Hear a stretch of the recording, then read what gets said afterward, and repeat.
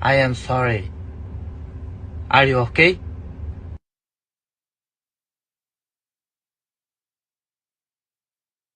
Podcast is intended for mature audiences. The views and opinions expressed are those of the panelists and do not reflect in any way those of the podcast partners, sponsors, or affiliates. Enjoy. Every day I'm hustling, hustling, hustling, hustling, hustling, hustling, hustling, hustling, hustling, hustling, hustling. Every day I'm hustling, every day I'm hustling, every day I'm hustling, every day I'm hustling, every day I'm hustling, every day I'm hustling, every day I'm BoxingVoice.com. All the guys want, I want what Mayweather got. I want what Mayweather got. You done bust your ass like Mayweather. I was trying to fight every fighter. I sacrificed a lot Dollar DiBiase Productions to get to where I got to. What do you bring to the table? Let's get this on. Let's do it. Well, it's like this. It's hey, wait. All right, that's it. Hold on. Bernard, everybody calm down. Man, you know how these bitches is in the sport. Total disrespect. Kid has no class, no style at all. I sacrificed a lot.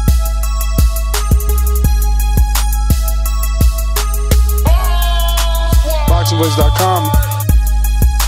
To get to where I got to.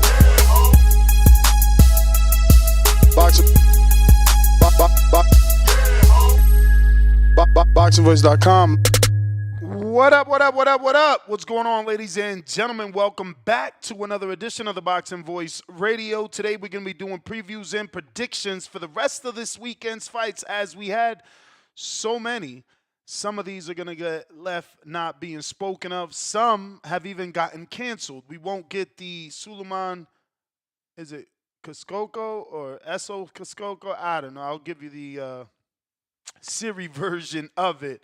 But looks like ESPN will no longer be broadcasting that fight, so it's going to make it a little bit difficult for us to watch it. And it was a fight that I wanted to watch. It really was a fight that I was interested in. Suleiman Sissoko, if I'm pronouncing it right, versus Ijadidis Kavalaskis, whatever. Y'all know me, Machine. It was supposed to be a WBC welterweight final eliminator, and it was supposed to be shown on ESPN. And Nico Walsh-Ali was supposed to be on the undercard. He flew out.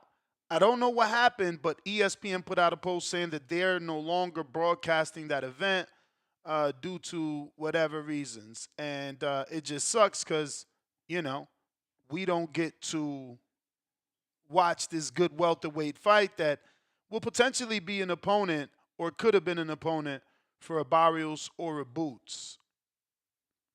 But over on ProBox, we have a very jam-packed card that we want to discuss, as well as on DAZN and Matchroom. Over in Nottingham, England, I think it may be Frank Warren, actually. Nottingham, England, will start with Anthony Cacace taking on Leigh Wood in a 12-round junior lightweight bout. Leigh Wood, former champ, good fighter, pretty slick boxer. Hopefully the move up gives him a little bit more chin, more like punch resistance. He has lost to Mauricio Lara by knockout, and he lost to James Dickinson by majority decision. But he gets hurt, and hopefully the move up in weight can help him with that. If he's moving up, I believe, super featherweight, so he's moving up, So we'll see what happens here. Decent fight. I like Cacace. He did very good versus Joe Cordina. Scored that knockout over Cordina in the 8th round. Went on to beat Josh Warrington, who's a common opponent with Leigh Wood. So that set this fight right up. Being a common opponent. Beating a common opponent and, both being from the UK is just it's natural, man. This is what they do over there, and their audience lines up for it, man. They have these sold out stadiums and arenas all the time. Shout out to the UK. Looks like the return of Chris Congo. He's going to be taking on Owen Cooper. I definitely like Chris. Hopefully, he can do his thing. I haven't seen him on television in a long time. I'll be honest. The last time I seen him, he was losing to Michael Mickinson in 2021. Since then, he's got on to beat Sebastian Formella, and he lost to Echo Asuma. So he did beat Florian Marku. So that was a bounce back. And since then, he's had, 3 straight wins since the loss to Asuma. And one of those wins is Florian Marco, who was undefeated. So, he's still there. He's still there. Shout out to Too Slick. He's 32, so it's time. He doesn't have that much power. But, he's a slick boxer. As far as Owen Cooper, I don't know anything about him, and he's coming off a loss to the same guy that Congo lost to in Esselman, right? But these are all welterweights. Maybe these guys fight Conor Benn. Maybe we see these guys cross over the pond and get a fight with some of the other welterweights like a Barrios, a Norman, and things of that nature, right?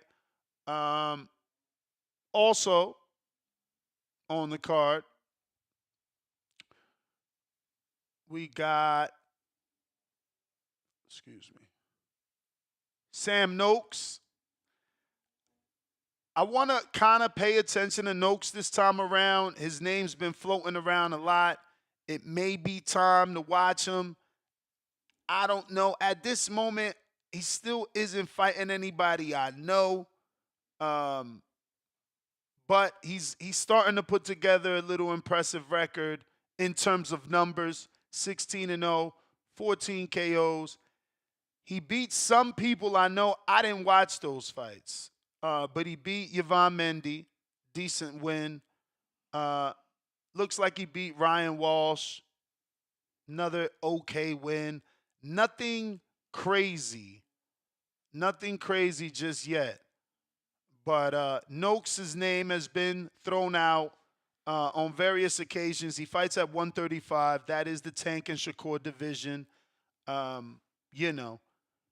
We'll see if we have time to watch Noakes fight Patrick Balaz. I don't know, right?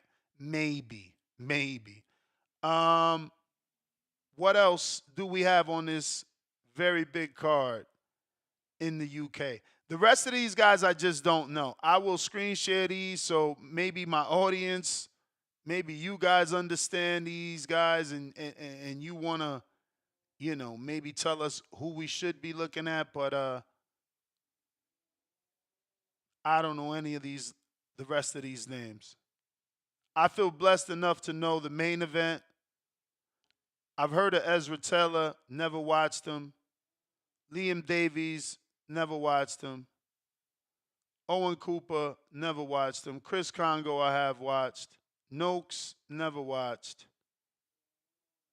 And that's where we're at with it. That's where we're at with it, man. So moving right along, we talked about the ESPN and Charlie Suarez taking on Emmanuel Navarrete yesterday. Not a lot of you guys made your predictions, but we're moving on to Kissimmee, Florida, man. Not too far from Orlando. Home of Erickson Lubin. He's taking on Ardreal Holmes in a 12-round IBF middleweight eliminator. This is the better card of the weekend. Slightly. I mean, it really depends on your poison. You want your top-ranked poison or your pro box poison. I think pro box might be more competitive with Lubin and Ardreal Holmes. Nicholas Floss is always an entertaining fighter. Alan Sanchez comes to fight. Darryl Villasant scored a beautiful knockout his last time out. Nige Lopez continues to look good, you know. Dominic Valle back in action. Shout out to Johnny from the Hangout spot that I believe had him on. And Brandon Valdez. Okay, we know Valdez as well. He's taking on Dominic Valle. So that's pretty much it. This is our weekend, man. This might be a slow day. But obviously there's other news out there. I do also want to screen share something I found pretty dope. But if you're watching this on YouTube, don't forget to hit that thumbs up. It's going to help with the visibility of the show. We're trying to put this episode in the odds of other boxing fans that don't know we rock out every day, and maybe they want to make their picks on these two fight cards that we're talking about, discussing today.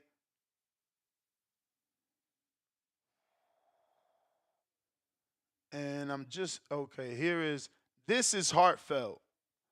This is tough, man. This is boxing, and man, shout out Erickson Lubin, bro.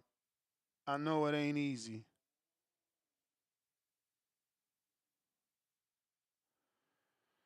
So as you can see, this says Erickson Lubin opens up about the Fundora fight. We gotta watch this. This was whoa. Impressive wins in a row. Lubin was set to face Sebastian Fundora for the WBC interim title. I seen online that they had me and Fundora mandated. I was a little messed up going into that fight mentally. My head was just in the wrong place. I kind of felt like people were against me. Kind of felt like they wanted Fundora to be the next guy. I kind of felt like they wanted him to take that spot. They wanted him to take the number one spot because I sat at number one for so long. I mean, after. Remember I told y'all they made this man fight 4 eliminators and they laughed at me. They said, nah, Ness, he ain't get done foul with Al. The Goucher fight, I was number one. That was a title eliminator. Then I fought Rosario, that was a title eliminator. Then I fought Fundora, that was an interim title fight, but it was also a title eliminator. When I fought R2, that was a title eliminator. Like, there was so many title eliminators that... After 6 impressive wins in a row, Lubin was set to face I kind of felt like every fight was just going to be that. You know, I was getting to run around a little bit. I told myself, no matter what, bro, just keep fighting these title eliminators, and by the time you get to that title, there's going to be nobody left. You're going to have wiped out the whole group. You know, fast forward to our fight. When I went in there, I was boxing him a little bit. The first punch I probably threw was a body shot because I saw Sergio Garcia hurting him to the body and stuff. When I went back to the corner after the first round, I wasn't really listening to my trainer. I was just like, you know, Kevin was telling me different things like, do this, do that, do this. And I really didn't even hear him. Like, I was just like, it's time to stop him. It's time to, like, this is going into the second round. I'm thinking already, like, it was too easy to hit him. I'm mixing it up with him in the second round, and he drops me. I kind of felt like every fight, boom. When he drops me, my mind, I black out. I literally blacked out. In my head, I lost the fight already. I lost the fight because I felt like you got dropped and these people are already against you. I felt like this is the next big thing to them. I was just like, I gotta stop him. In my head, I'm like, I gotta stop him. We just going at it basically the whole time. I'm fighting the wrong fight. He's hitting me with a million uppercuts, the same uppercut. I'm not getting out the way of it. I'm just trying to hurt him no matter what, just trying to get the knockout. I was watching the fight from home, and I'm always rooting for him. Now, FYI, this is Gary Jonas. Gary is the man that originally signed Lubin. Him and Mike Tyson had a contract on Lubin. Obviously, when Gary and Mike Tyson's promotion went under, they sold the paperwork to Al. But remember, you know, Gary's been in this business for a while, man. Mike was the face. He was the head of Mike Tyson Promotions. You know, it looks like it's a close fight. It's going back and forth, but he's getting hit. He's getting hit with a lot of stuff. Probably obviously more than what you would like. Maybe it was between the third round and the fourth round. It was like, I just did a double take. Like maybe something was wrong with me in my eyes, because next thing you know, he just looked boom, like, you know, a whole different person. It sounds crude, but it reminded me of Elephant Man. And I was just Elephant Man. That's crazy, because word is born. Lubin face was fucked up. just like, it bothered me to watch this happen. Here we go again, big step up, big moment. And why is this freakish thing taking place with his face? He really didn't, like, he wasn't really hurting me. It's just that I knew my face was fucked up and I knew I was getting hit a lot. So I was kind of like worried that the ref would stop the fight. I think it was after the 9th round. You know, Fundora, he was back recharged. He was regular, his face wasn't all lumped up like mine's. He was just, you know, he was back to work. He's throwing out the same uppercut. He's working. He still hit me with the same shot. And Kevin, he was just looking out for me, I guess. You know, even though I didn't want the fight to be stopped, I was looking at him so disappointed because he didn't even look at me. You know, he just came up on the apron and he stopped the fight after the 9th round, and I'm just looking at him like, you know, a whole different person. What are you doing? Kev, what are you doing? I was disappointed. I was looking down after a while, and I'm just like, fuck, man, like, is boxing over with? Like, do I gotta go get a job now? Do I have to, like... Now, that's all I was thinking about in the ring. I'm not thinking about how my face looked. I didn't give a fuck if my brain was bleeding. I didn't care if I had, like, anything going on with me. I was just thinking, like, damn, is boxing over with? I kid you not. That's the first thing I was thinking about. Like, what's gonna happen next, man? Like, what? I was just so concerned about my boxing career. Lubin's been in a lot of big fights, man. Like, Lubin's a dog, you know? That fight, the Gladiator days, you know, they both went at it, you know? Lubin had him hurt, you know, he dropped Lubin, Lubin dropped him. They stopped the fight, but Lubin never quit. You know, the corner stopped it. You know, he just didn't look like him.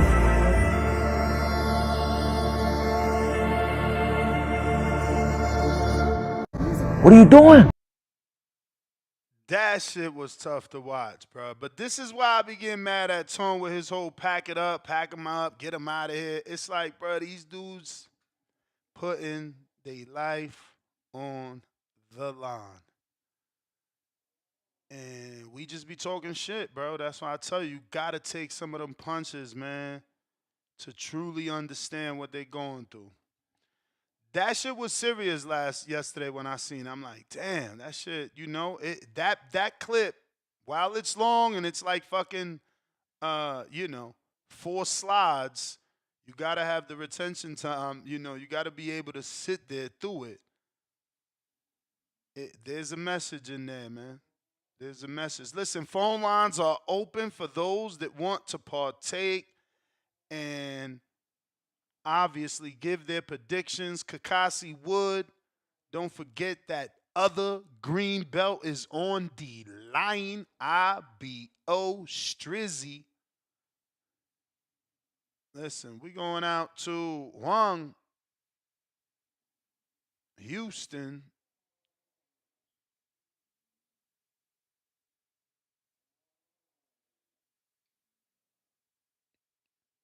You got me? Yep. We got you. You hit me. Oh, okay. Yeah, and then shout out TBV. Man, so the Eagles fight is not gonna be televised. No. Damn, that sucks.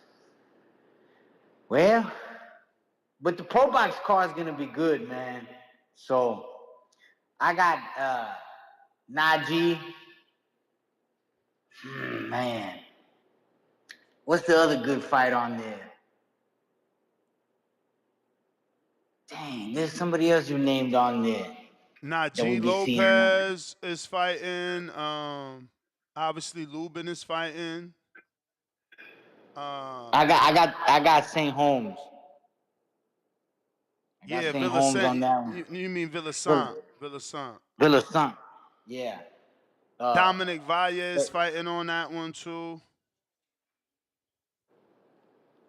Nicholas Floss, the welterweight, he's fighting on that one too. Hey, I like Flaus, man. I like Nicholas Flaus, man. You know, he remind me of what's the guy from the guy that trains out of Houston? He's 135 too. He's from Florida. Damn, what's that guy's name, man? He deserves a shot at 135 too. He's a pro box fighter. He reminds me of that guy. Yeah. Internationally, I don't know, man. I feel bad for Lubin though after watching that. You know, some people, I just tell you, Ness, you know, I don't think some people really just, they put all their eggs in one basket. You know what I'm saying? And that's one thing you can respect about Al. Al, he teaches them dudes, how to do something outside of boxing. Because if you listen to Lubin, man, he's all like, am I going to have to get a job? Is this over with? Yeah, sometimes you got to have a job, man. Some people already got a job in boxing. You know what I'm saying? That's why Gabe Rosado, man, when he came on it, and when he was tripping with Bill, man, that kind of, man, you had to feel his pain. This dude, he working and going to the gym. So I mean, it's like, hey, Erickson Lubin, he wanna get to that next level, man. It's like this has to be your everything. You know what I mean?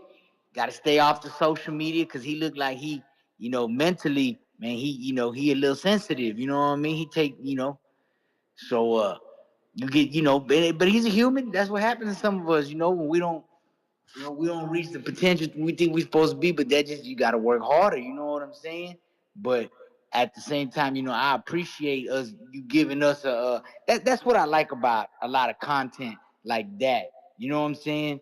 Because you got to feel these boxes, man. This is real work. And yeah, we get on here and talk shit and everything, right? But you know what I'm saying?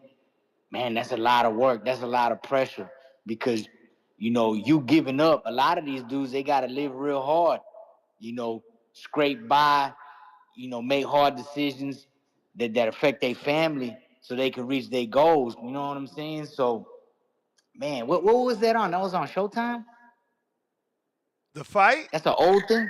No, that was an old thing from Showtime, or that's a recent video? Pro Box made that.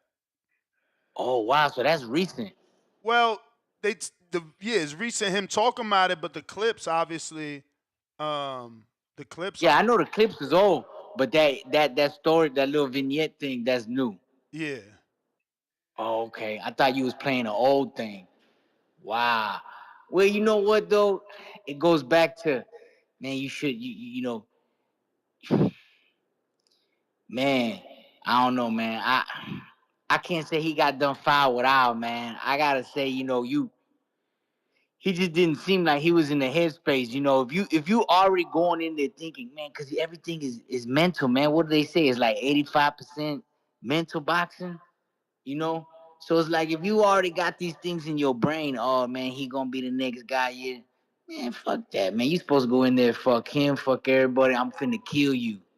You know what I'm saying? I'm finna go in here and do some murder. But wasn't that the problem? Wasn't that the problem that he did try to do that and didn't listen to the game plan? That you ain't hear the clip.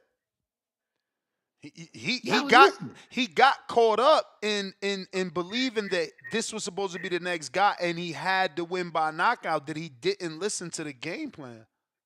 Well, but I didn't say he had to go in there and knock him out. I said I gotta go in there like a monster. That don't mean that. It means I gotta be on top of my game.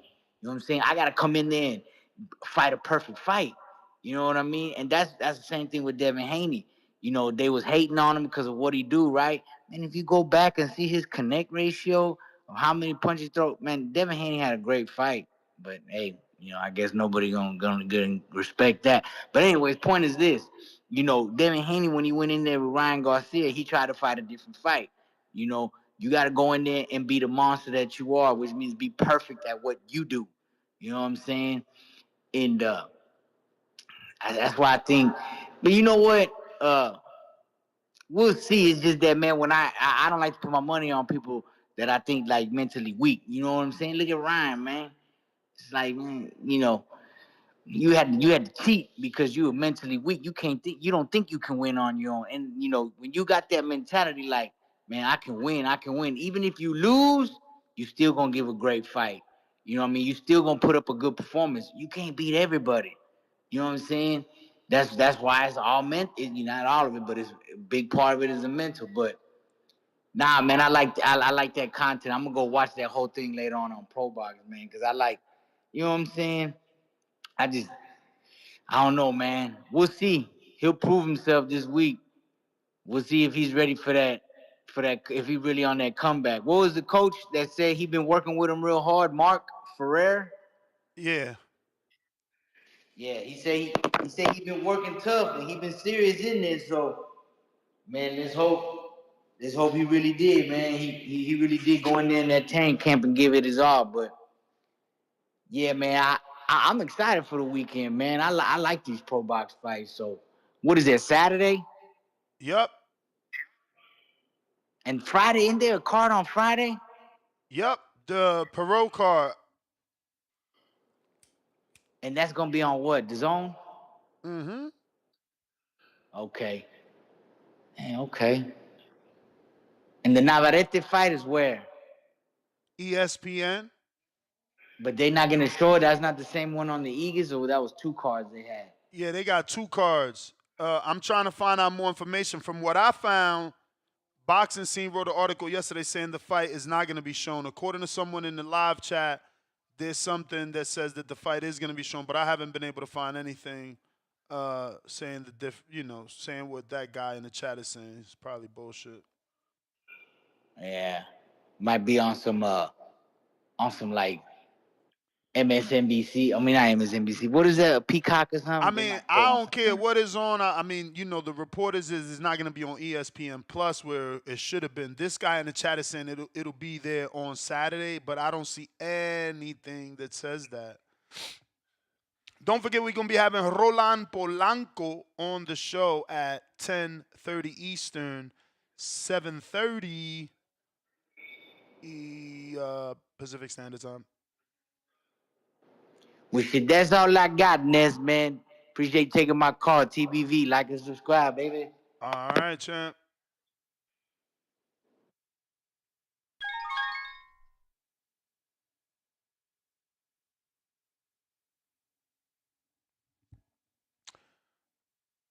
Brandon, what up?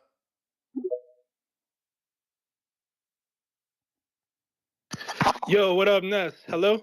Yo. Yo, I was just about to send you the counterpunch. I'm about to send it right now for you. $5. I just sent it. Yo, guess what happened, dude? I got terminated from my job, dude. Whoa. Why? Yeah. I don't know. They said I had a policy violation. I had what policy is that? Because I worked in customer service. When I was taking a call, they said that I refused to help the customer that was calling. So now what? But I've been working there for like a year and 3 months. So now I'm looking for a new opportunity, a new job, and everything. So people have been responsive to me. So I'm probably gonna get one soon. I have an interview today. That's about it. Hey man, good luck, man. Good luck. Thank you. Thank you. I think we've been setting up Terrence Crawford to take a loss on this. I'm not gonna lie. I know everybody's been saying like, okay, Terrence Crawford, he has a skill set, he can actually beat Canelo. I don't believe that. I don't believe he could beat Canelo now that I'm really thinking about it. Now this is actually seriously gonna happen. I don't think he can, because after seeing how he performed against Skull and the way that he just kept following him, even if he was running around, moving around, and we know that we know he has good movement. We know he has good movement. That's the thing. Is Terrence Crawford's movement? He's fast. He's slick. If he moves too much, the judges may score him. Nowadays, they might actually see that as a weakness instead of a possibly something to make the fight a win on his behalf. So it all depends. I mean, this. Now that I'm thinking about it, seeing how they match up, I think that we just overhyped Crawford, and I think Canelo is going to beat him up, and who knows what could happen. We don't even know how that's going to play out. Why do you think he's overhyped? I think we were talking too much about Crawford, saying that he for sure he needs to move up in weight. He needs to move up in the weight class. He needs to fight the best in the division. and we just did too much at that point. We were just being overwhelming. We were being overhyping him. We were doing too much. We were saying things that weren't true. But why do you think you were overhyping? Like, what caused you to believe it was overhyped now? The recent win against Spence, everybody was talking about it, and they were saying, well, this win defines his legacy. This win was so spectacular, but it was mostly because people just hated Spence. It wasn't based on anything that Terrence Crawford did. It was just. But what do you mean? I mean, the performance he put on was amazing. It was pretty good. Was it the performance that could possibly lead to him beating somebody like Canelo, who's had multiple great performances, as opposed to one, maybe two? I disagree. I think. So you didn't like his next fight when he moved up?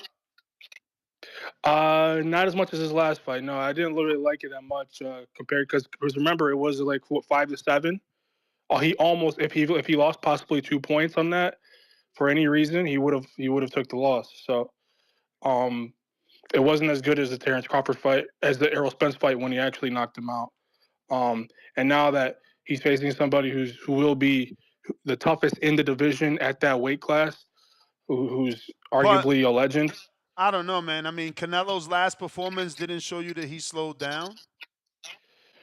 Not really. It was more so because of how Skull was reacting to the punches. He didn't want to square up on him that much. So Canelo had to chase him around, and sometimes that leads to not being able to find a weak spot. So he had to hit him in the body. He had to hit him where what if Crawford implements that style along with his own offensive style?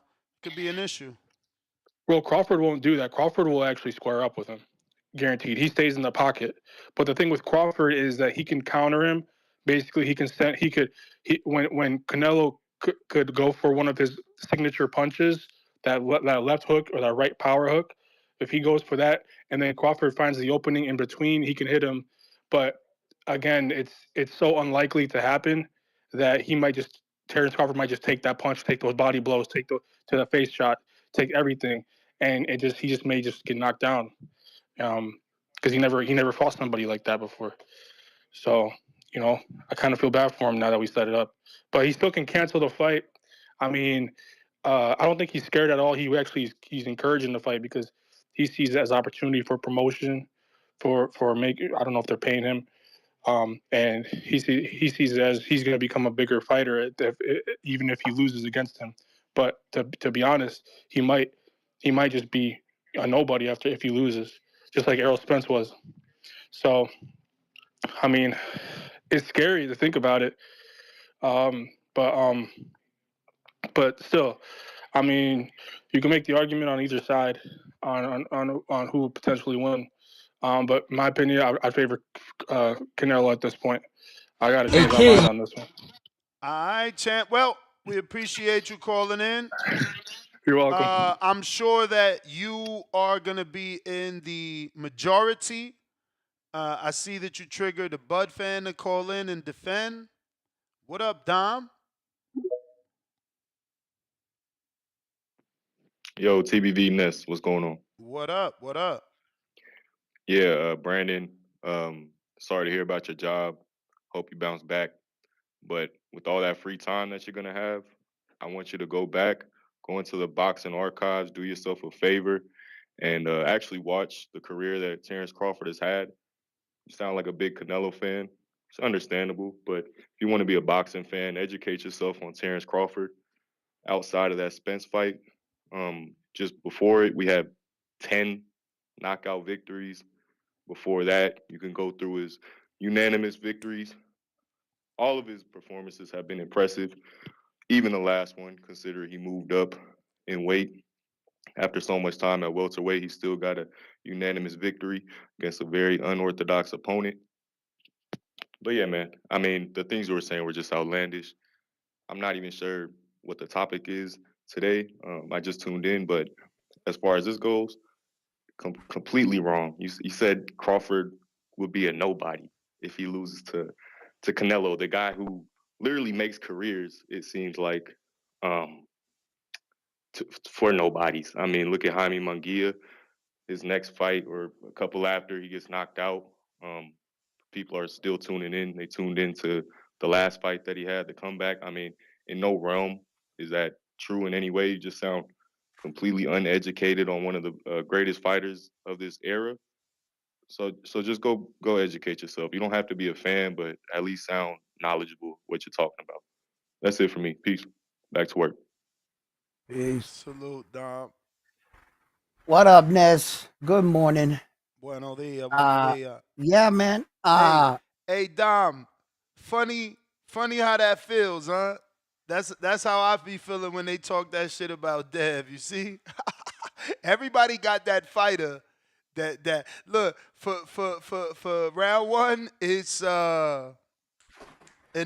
You say something bad about Inoue, you trigger him. You say something wrong about Crawford, you trigger Dom, bro. Like we all are attached, man. But what's up, brother? What's up, brother? Good morning, man. To Dom and the other caller that just called about Terrence Crawford, I think Terrence Crawford's career is coming to an end, like some of our greats. And when do you, well, hold on, stay with me, right? What I'm trying to get at is this. He's already did everything he wanted to do in his career. He accomplished so much. He was the first man to two divisions. When do you get to the point where that you sign off on your farewell big fight? Doesn't he deserve this? I think we're looking at this, whether he wins or his career is over or this and that. He'll be 38 when he fights Saul. I think rightfully so. Like as a fan, I got nervous. I didn't like the fight, but then I sat back and I thought and I said, "Oh, I see what Terrence is at in his career. He deserves this. Win, lose or draw. This is where he put himself in his legacy.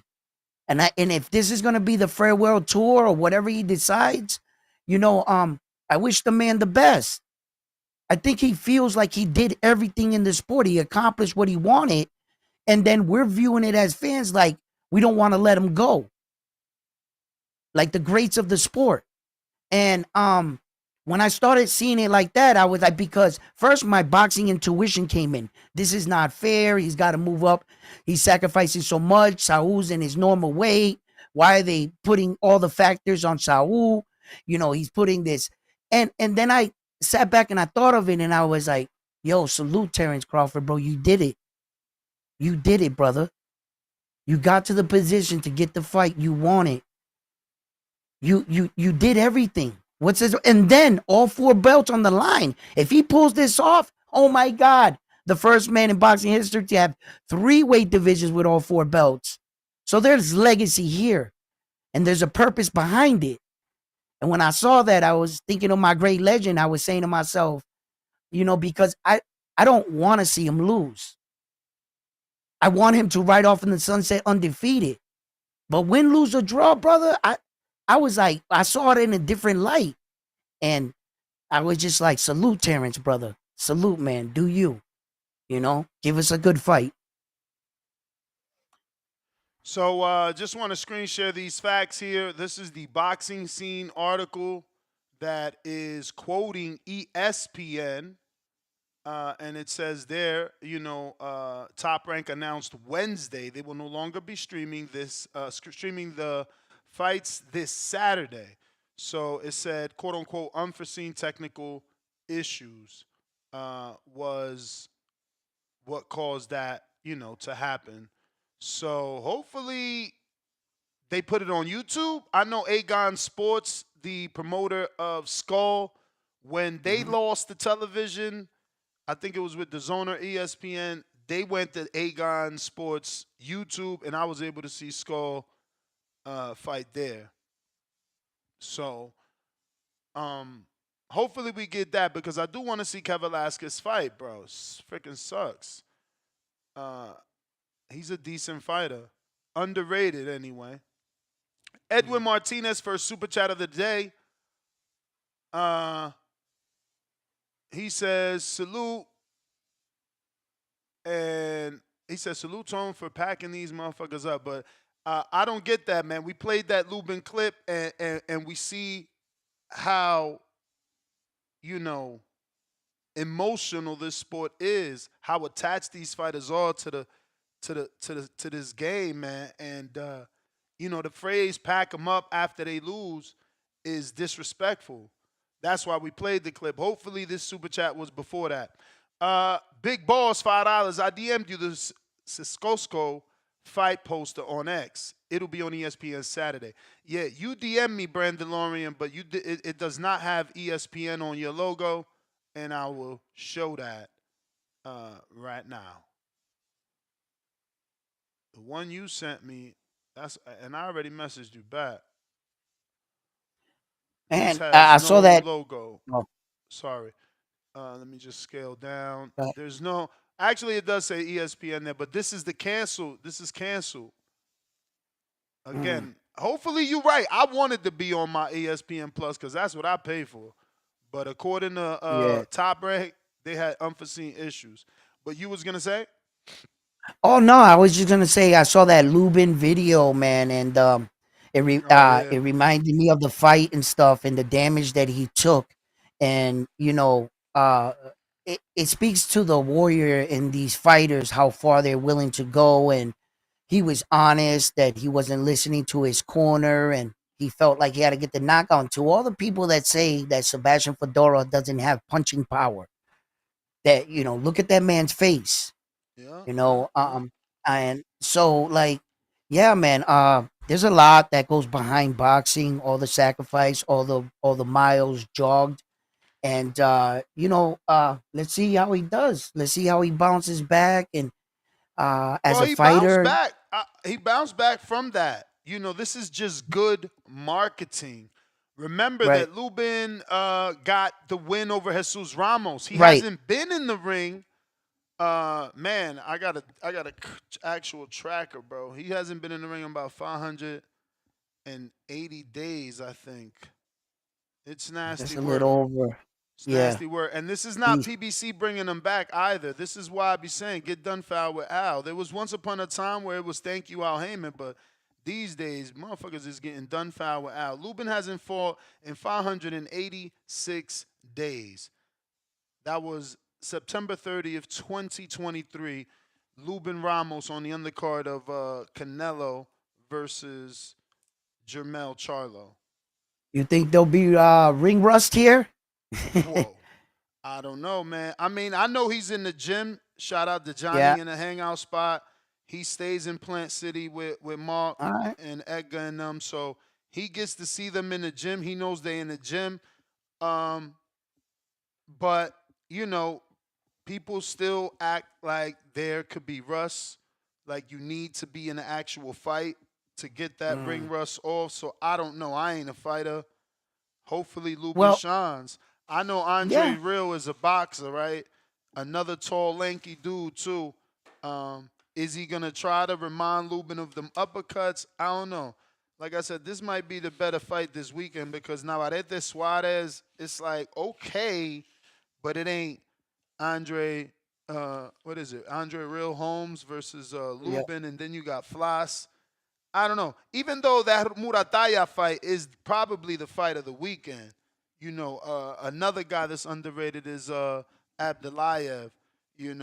He was losing every fucking round in that Linares fight. Came back, knocked him out with one punch. Now, I don't know how much that is, right? Everybody except fucking Devin Haney knocked out Linares. Like, that is just the legit facts. Fucking Jack Catterall, right? He's the other dude that did. Jesus Christ. Devin and Jack Catterall, the only two people. And I ain't even pulling up BoxRec, but I'm pretty sure. Bet $100. Devin and Jack Catterall, the only two people haven't knocked out Linares. So Speaking I don't of know Devin, if Abdulayev has that type of power or did he just crack Linares, who's known to be chinny. But you were saying, speaking of Devin. Oh, I was saying, speaking of Devin, there was a lot being said about his next opponent. Like, where do you think that Devin goes from here?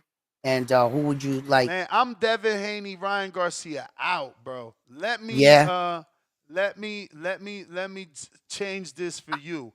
Erickson Lubin versus Ardreal Holmes, 12-round IBF Junior middleweight eliminator. Who you got, man? That's happening Saturday on Pro Box. We preview and predict, and I really am tired of like all the This is bullshit like, drama. It's just a lot of bullshit drama, man. I want to see yeah, yeah, fights. yeah. So the IBF title eliminator. So he's in another title eliminator. uh, Unfortunately, yeah, man. Okay. You know what I'm saying? Like when boxers are inactive for that long and stuff, it concerns me a little bit because I'm not familiar with Lubin and how he stays in the gym. I can't really speak to that. I don't, and you did. So, okay. And Johnny just said it in the chat that Lubin looking sharp. He is? Okay. See, According to Johnny, again, Johnny's in the gym with him. But for facts, Ardreal Holmes had 3 fights in 2024. This will be his first fight of 2025. He hasn't fought since December, so he's been out the ring 5 months. Well, that's not too long. That's not too long. That's a turnaround. It's definitely nothing compared to 580 days. Yes. I'm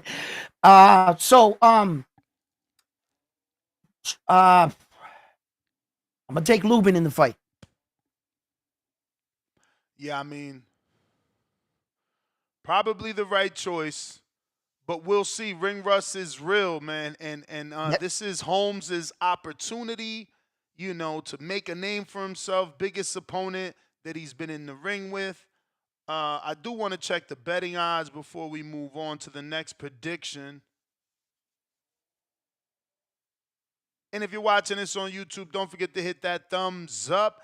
If you're listening on X, let me get that old retweet, repost.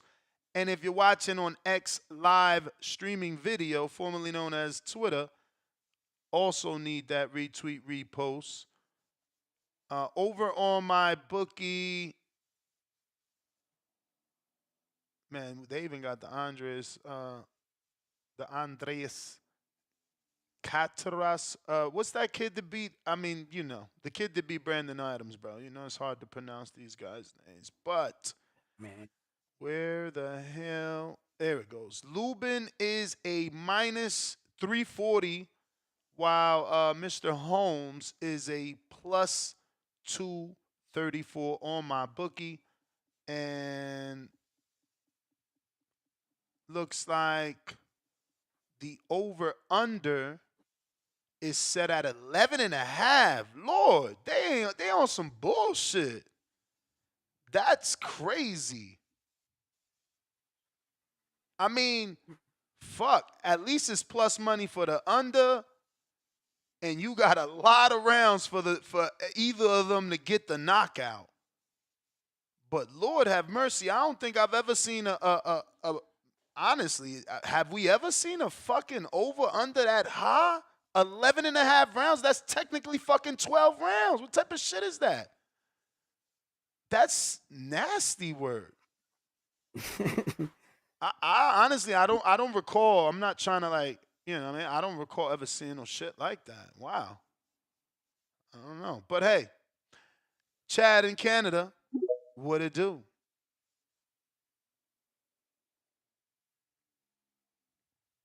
Wow. Gotta unmute, Chad. You don't like the money line? It's I mean, minus 340, bro. You got to put $340 just to make a hundo off Lubin. $100. Yep.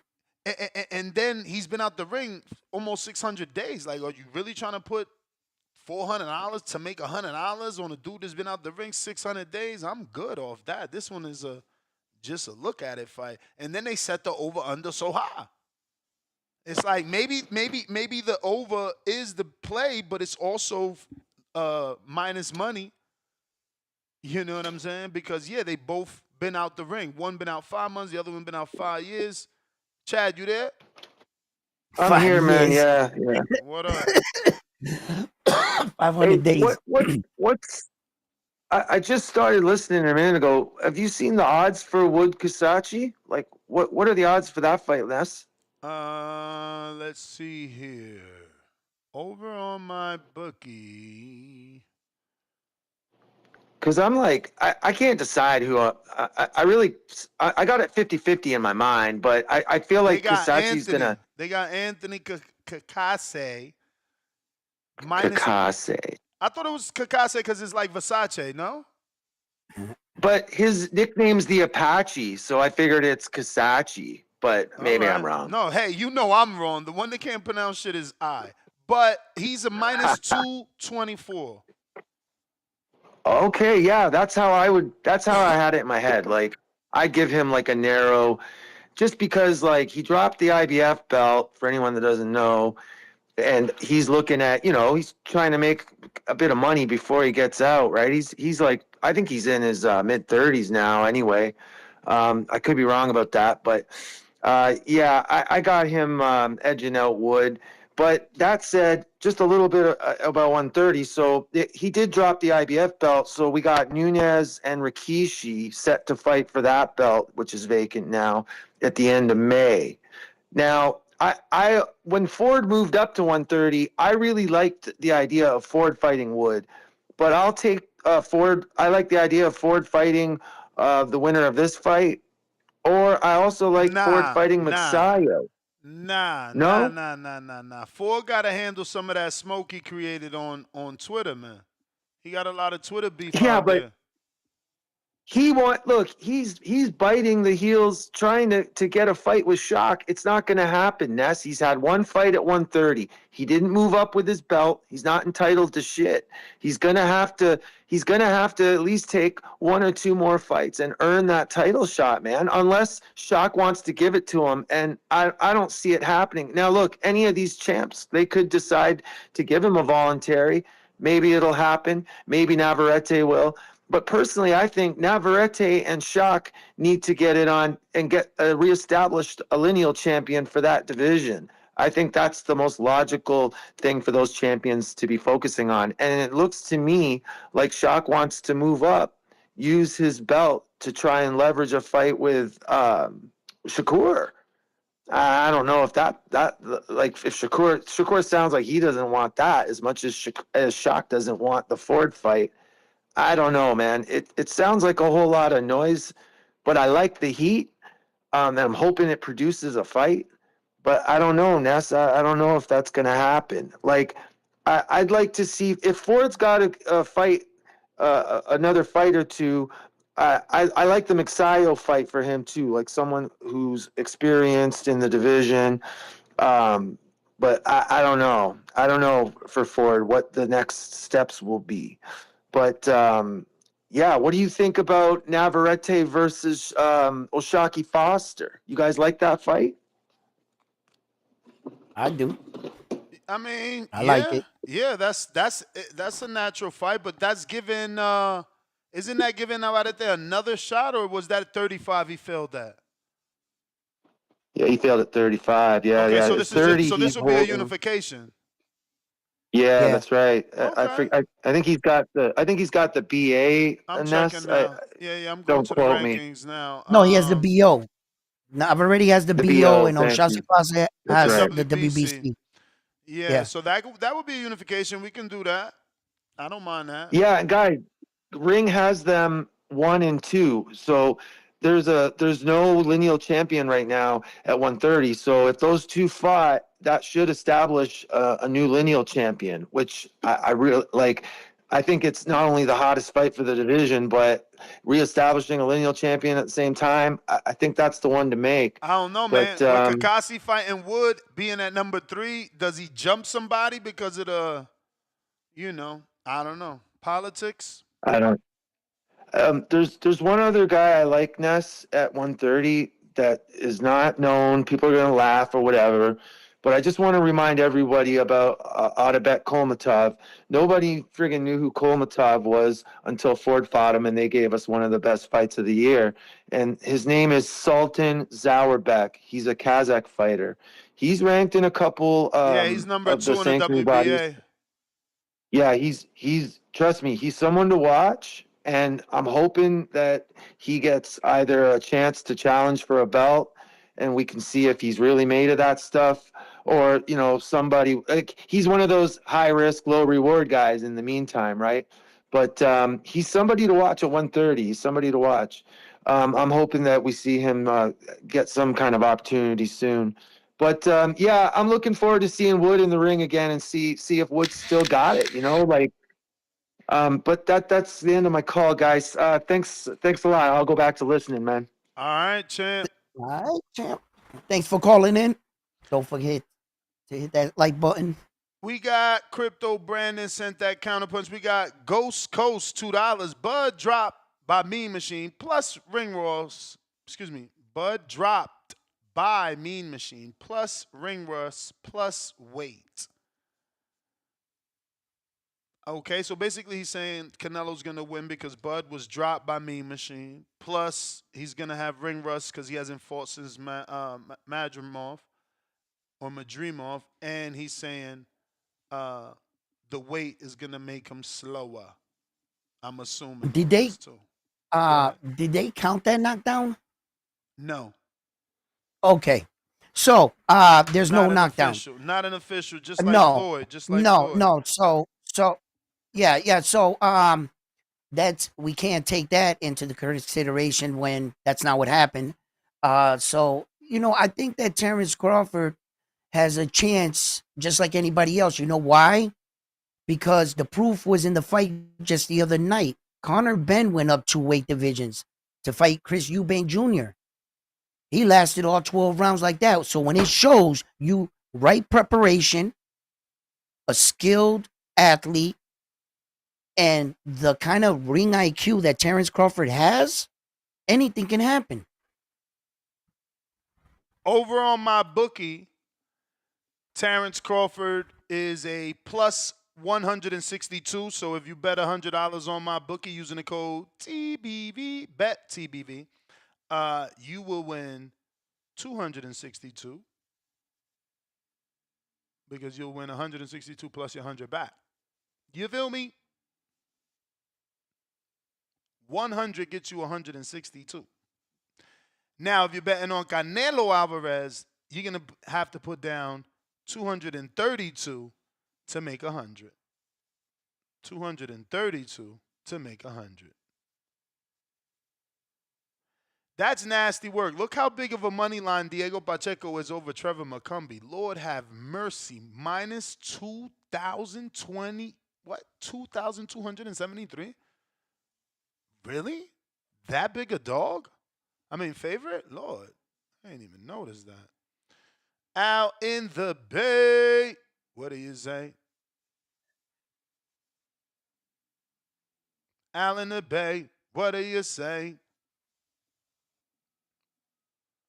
Unmute your mic. All right. Well, let me get these links for anybody that wants to call in. And in the meantime, in between time, Edwin Nicholas Floss. You heard of him?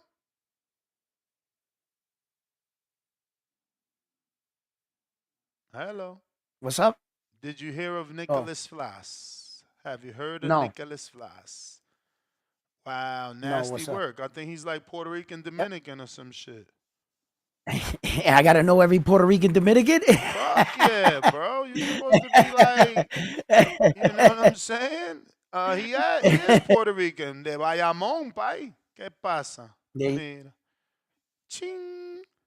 He's actually a good fighter, so I was trying to get your prediction. Yeah, he's fighting Alan Sanchez. Sanchez, yeah. Yeah. So I was trying to get your prediction. I just wanted to make sure you knew him.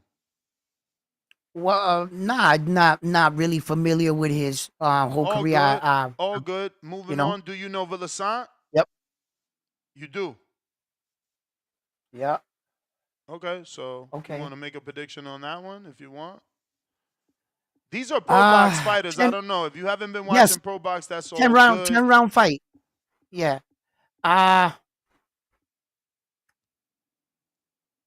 Over fucking Rodolfo there. I'll take Villasant on this one. He said you got to do better. He's Rican. Shout out Johnny. Dominic Valle is back. So I'm gonna just I'm going Lubin. I want to see him win. I hope that there is no Russ. Obviously, Yeah. Floss. I love his style. I hope that he can win. Um, Villasant, he probably gets the knockout. Hopefully, so he can continue the hype. Najee, I want him to look good in the light heavyweight division. Dominic Valle, man, I'm rooting for him too, man. He's such a nice guy. The rest of these guys I don't know at all.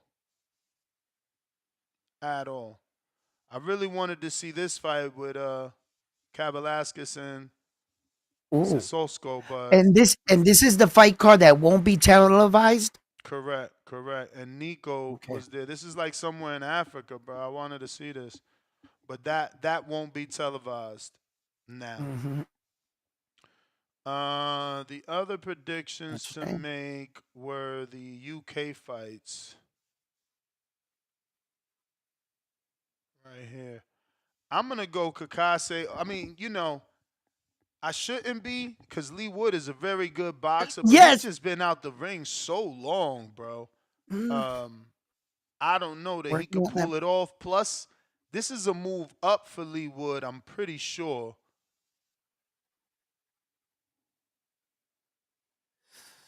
He's a dog, though, man. He was out working on his perm. He's moving up, though, bro. It's super feather is 130. Because featherweight is 26. So he's moving up in weight after 2 years off. I don't know. I don't like it. I think I'm more enamored with the name of what he once was in the fights that he's in. You might be right. You no, just but hit I mean, me look, with a little. he left on a high. He left. I know. Like but sometimes, just been out, and sometimes fighters need that. He took some shots in them last fights with Laura. Maybe he needed the time off, but is that gonna add to the rust? Is that gonna be the issue that he's not sharp, or I don't know? Cacace's also been active. He found a way to knock out Cordina. That's a big win. Leigh Wood got some good wins, but does he have a better win than that?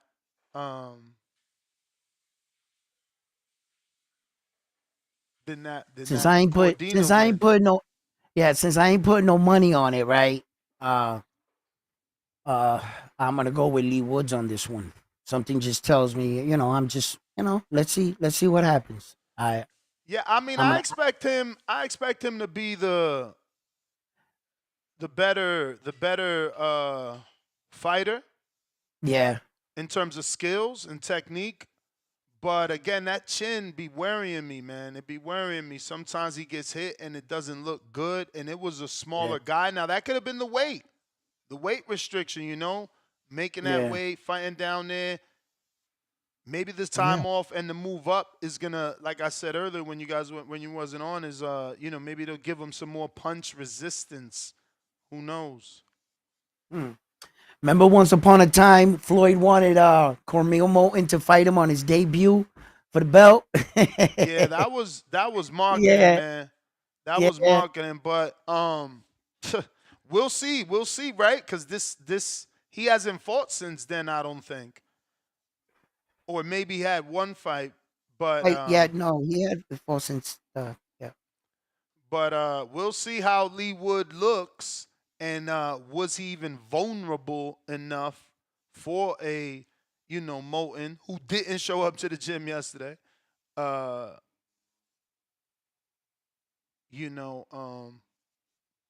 see could Moulton even beat him?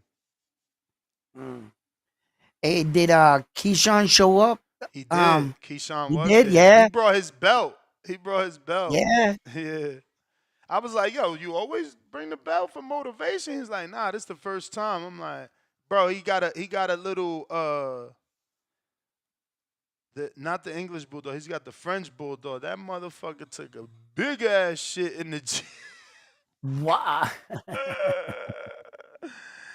Yo, that was wild. It was wild. Yeah, man. I got to see Moreno spar, bro. He's He's good. Oh yeah. Yo, he sparred the dude that fought Sergey Boachuk from the UK, Ishmael Davis. Ishmael. Okay, he did. Yeah. How'd he look? Yeah. How'd he look? It was good. Ishmael is It was good. Good work. Ishmael just got here a couple days ago. He's gonna be here, so I'm gonna see a couple sessions. Yeah, man. So I'll keep y'all updated, man. I'll keep y'all updated. Yeah. Hopefully, I get to see another one. I ain't gonna talk until I Yeah. see it. See it. Then I'm like, ooh wee. I'm hoping that one goes down. But yeah, man, it was pretty dope, bro. I like Yeah. Moreno, man. Yeah. Let me look him up because I keep telling y'all about him, but not really figuring out what card he's fighting on. I know he's on a pro box card, and I know he's signed a pro box. That's gladiator school right there. What, pro box? Yeah. Oh yeah, they don't play. He's 12 and No, 0. they don't. 12 and 0, 7 KOs. He just beat Cesar Francis in February. Stopped Francis in 7. This fight is also going to be at a catchweight. But again, there's no belts on the line, no reason to make 147. But it would be interesting if he can keep developing that style. That style is great for the welterweight division. What's up, champ? This is actually a guy that potentially could be fighting Rohan. Mm. Yeah, Who we talking about? I just hopped on. Emiliano Moreno, because he's with Pro Box, but he lives in Vegas, so he's been sparring it for a year in Top Rank. So they've been seeing him, and you know how it goes, bro. They graduate people. Think about Angelo Leo, graduated. Ramon Candenas, graduated. And I'm talking about from Pro Box directly to Top Rank. Kelvin Davis, Keyshawn's brother, he goes back and forth. You know what I'm saying? Bro, bro, Bo Mac, you always listening. Where you at? Yeah.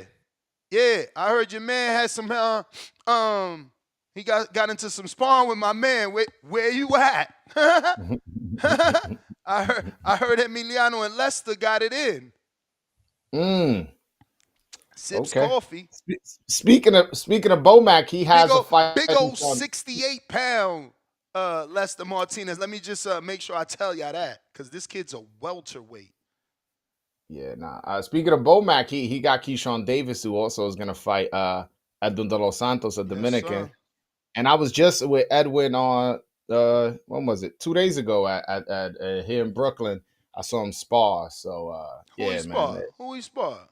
No, he not a notable name. Not a notable name. And honestly, it seemed like they were. How is it not a notable name in New York? I mean, what do you want me to do? I'm not in charge of the camp. I'm just there. Like, what do you want me to tell you? No, I just figured you at least know the name. But all right. No. What I'm saying is, it wasn't like a Hitchens or a Colbert or I hear you. Or somebody with like a name like that. That's what I'm trying to tell you. For sure. He looking sharp. Hopefully. It kind of looked like they were just moving a little bit. He looked on weight. He didn't look. I know a lot of people were concerned with, is he gonna make weight? It's been so long and this and that. Let me confirm that, Keenan. They saying he been sparring Brian Norman. We shall see. Who, Emiliano Moreno? No. Your guy, Edwin. Yo, hold on. You asking for confirmation that you got me here? Come on, man. You got the voice of Dominican boxing here. You can confirm or deconfirm any Dominican boxing news with me. Don't disrespect me like that, Ness. We already started off bad. So you saying it's fake news that he's not sparring? Fake news. They sparred before. But right now, that's not what's happening. That's what I'm trying to tell you. Yeah. But I'll say this. So what if Coach texts me back like, yeah, we just got some work Saturday? Who said that? I ain't say they said that. I said, what if Coach texts me and says, yeah, we just got some work Saturday? Or we got it set up for Saturday. Oh, if they got it set up for this upcoming Saturday, is different from they've been sparring. So I'm not privy to that. So that would be news. If you got that, that would be news to me. You know what I'm saying? Yeah, yeah. Yeah. So how you been? I've been good, man. I've been good. Dominican boxing's on the rise. Y'all know that's my niche. And I know we're about to get Rohan on here for a little bit. Man, I wanted to definitely... you might have to side text Rohan because Coach hasn't answered neither of my texts this morning. I don't know if he's still. Actually, he did. He did. Oh. Indeed, just got in. Yeah. Yes. Why you figure that out? I'll speak to the fans, man. Rohan just had a performance last Sunday on the New Age undercard, and he fought Fabian Maidana, a guy who fought Mario Barrios, and completely dominated him, dropped him in the 10th round. If there was a minute and a half left in that after he dropped, I think he would have got the stoppage, but he hurt him to the body with 30 seconds left, and the guy, to his credit, survived the 30 seconds and made it to the final bell. I thought it was a flawless performance, one where he was defensively responsible, but also offensive, and that's something that people need to know that that's possible, because after what happened last weekend with these terrible fights from William Skull and Devin Haney and you know, Teofimo and all these guys that put in some really boring performances, I think something that got lost in the cracks was Rohan's performance, how he was defensively responsible, but very entertaining, very offensive, and somebody who was pushing for the knockout from round 1 to round 10. Nah, he looked good. I just don't like the shoulder roll, man. I'm gonna interview the coach separately because I don't like that he is backing straight back in this shoulder roll. I feel like if someone follows him with the 1-2-1, they're gonna get him, or with the Maidana. You know what I'm saying? Bring that overhand right. He's going straight instead of like pivoting, but my thing is, and I've heard a lot of people make this complaint. My thing is like, all right, that's cool. You can have that. You're entitled to your opinion, but like, when have we seen him get hurt or hit like that? The only time we really seen him get hurt. Yeah, but champ, that's what we're saying. Like, you gotta understand, man. Top Rank is good at what they do. Like, you know what I'm saying? He's not supposed to get hurt or hit until they put him in there with his version of Giovanni Santillan, and then he rises to the occasion, right? Like, he hasn't been let loose yet. This was the first test, no? Correct me if I'm wrong. Well, you could look at it that way, but if this was his first test, he passed it with flying colors. And then when he fought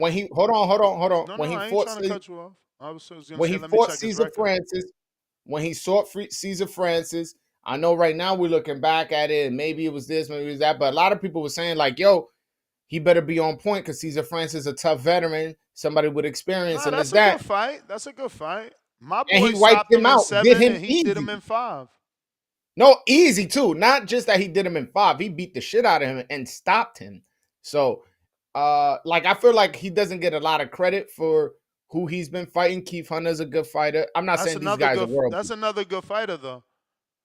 Yeah, so he's I be in the gym with Keith. I used to be in the gym with Keith. I see him. He works. He's good. Yeah, stopped him too. He's plagued with inactivity. You know what I'm saying? Yeah. And Cesar Francis, you know, he's chinny. These are all good names, though. He's doing what he's supposed to do. I have nothing. You know, you always come on so defensive. I have nothing bad to say about him. I just am afraid of this shoulder roll going straight back.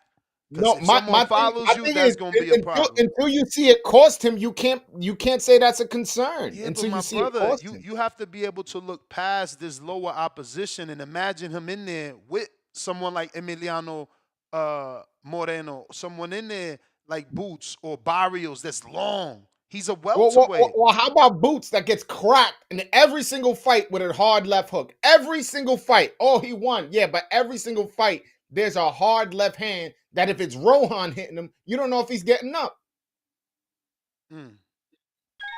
So, like, and nobody's a perfect fighter. Not everybody's Mayweather.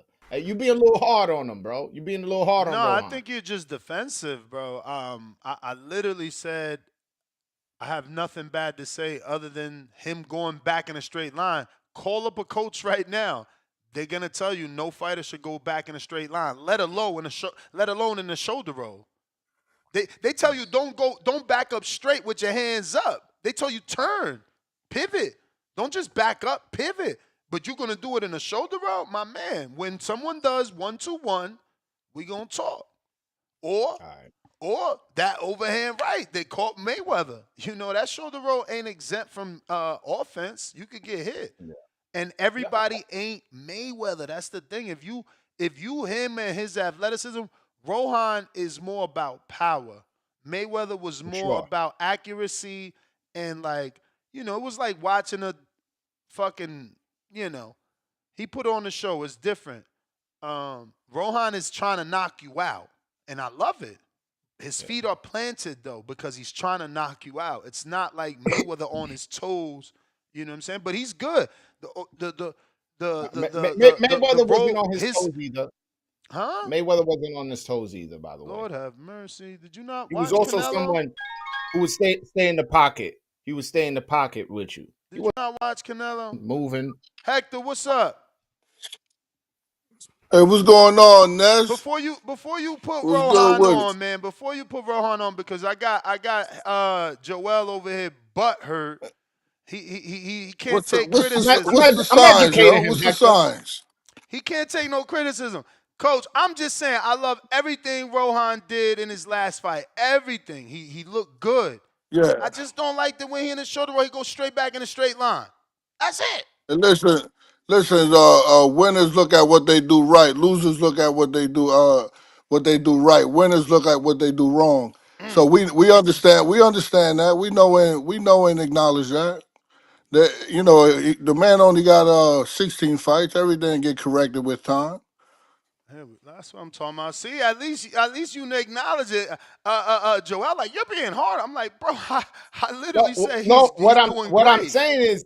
I'm saying is it's you bringing it up like such a concern, like it's been costing him. That's what I'm trying to tell you. I said my only concern is he goes back in a straight line. So when the competition steps up to a Boots or a Barrios that's longer, or like I keep saying, that kid that y'all got a common opponent, Emiliano Moreno. He's long, he's tall, he fights like Benavidez. Yeah, we acknowledge those fighters. We study all those guys. Even at the position where he making the errors right now, they can't fuck with him. Yeah. And but it still got to be fixed. Now it still got to be fixed, and we acknowledge that. But they still can't do nothing. Homeboy Madonna tried. He studied Rohan. He tried a 1-2-1. He tried it a few times in a round. That shit didn't work. He know his vulnerable spots. I remember when the first time he fought on Top Rank, Andre Ward was like, "Oh, he's susceptible to a right hand. I don't like it. He in death spots. He's susceptible to a right hand." No, but the whole time in training camp, we was trying to make the man throw the right hand. We was selling the position for him to throw the right hand. Every time he threw, he got cornered. But to the commentators that don't know what's going on in training camp, it's difficult for them they just gonna see the error. It's cool. They see the air in the shoulder roll. It's cool. It's everything to get fixed, and time will tell. So you've trained numerous Dominican fighters. How different is he from your past fighters? And every one of them that came around me been world champion. Yeah, but he's different because I learned from them. I learned the culture from the other fighters, their errors and their ways. This my baby, so he gonna stay with me. He gonna be successful financially, right? He ain't gonna have no stress, so he get to train, sleep, train, sleep until he becomes a world champion. Then he do whatever he wants. It's like a parent growing, raising their kids till they're 18 years old. Now you give them the freedom to do what they want, but you instill discipline into them until then. And Did he come to you with the shoulder roll, or is that something that he just picked up because he No, idolizes Floyd, or is that something you've been teaching him? there's a long guard that we use, there's a full guard that we use, there's a shoulder roll that we use. We have to practice all three guards. So he wasn't So doing that naturally. That's something you taught him to do. yeah, we worked on that. Yeah, we work on it every day. We work on defense 4 times a week. We work on nothing but defense. What made you employ like that strategy? You normally don't see Because he people could see. teach that. So a lot of times when everybody saw Javier Fortuna fighting with his hands down, and everybody used to complain, man, he got to keep his hands up. He get hit too much. He got to keep his hands up. He gonna get hit. He gonna get hit. One, he really hardly got hit in his prime, and two, when I taught him to full guard and keep his hands up, he used to get hit more. So I know that Rohan got good eyes. He got good eyes. He got good reflexes. So I'd rather him see everything rather than obstruct his vision on a full guard. So sometimes you just got to know the fighter. So what I did with Fortuna is when you go into an engagement, I need everything tight. When you on the outside, out of range, and you're disengaging, all right, do your thing. Have your hands down. He had a big influence on. He Sergio had Martinez. Sergio Martinez. So he used to, he used to do it well. He used to slip, That's what I was put gonna his say. Didn't he train with them before you? He trained with Pablo Sarimento. Indeed. So I got to work with what I got. So once he was able to come to me fully, then he's already got scheduled fights coming up. So it's hard for me to be like, let's completely change him and then fuck his whole style up for the next fight. So one thing I know when he became world champion, I told Samson Lukowicz to schedule a fight because they come to me, they stay with me, then they go back home. So I told Samson Lukowicz to schedule a fight, but it was a bullshit date, so he could train for it. Then it got pushed back. I told him, it got pushed back again. I got him to stay here for a year and a half with me. Then you start to see his defense, develop. It takes time. It's not like an overnight thing. And then he fought the guy, became a world champion. How long has Rohan been with you? Rohan been with me for like 6 years. Living out there with you? He lived with me upstairs. My setup is like a firehouse, right? Upstairs is the room, downstairs is the gym. Shit. Constantly. Hey man, That's like hey Herman Ness, Garcia's gym in Miami. It's like they got the gym and then it's like rooms for the fighters. yeah, but that's Miami. There's a lot of temptation. I'm in Springfield, Massachusetts. These girls is ugly. These girls is ugly out here. Yo, slow down, because I'm from Massachusetts, bro. And there's no Yo, sun. Boston, Boston got some good. Boston. There's no Boston got some fly girls. Yo. Bro. You better become a passport, bro, or something. Bring it to boy. I'm telling you, hey, Boston, Massachusetts got the flyest girl in the world, probably, but not Springfield, Massachusetts. I'm messy. You said all the Dominicans that came got a title. Nova was your fighter. Yeah, and he would have been a world champion if he didn't leave. He left, right? Just He giving left. you the opportunity because I know my chat gonna be like, yo, he trained Supernova. Yeah. I know, Ness. You don't gotta add that in. I know you. I know you. I know you gonna put the sauce. You gonna put the sauce on it. But hey, listen. When he fought Shockey Foster, all he needed just a little bit, and no one could deny that I could have gave him that little bit if he was here with me. He would have been a world champion today. Hey, coach. I was at Rohan Polanco's last fight out in Vegas, and I saw him live. He looked good. He looked good for me, and there were a lot of talks in the crowd that he was potentially already in talks about the next fight, but going down in weight at 140.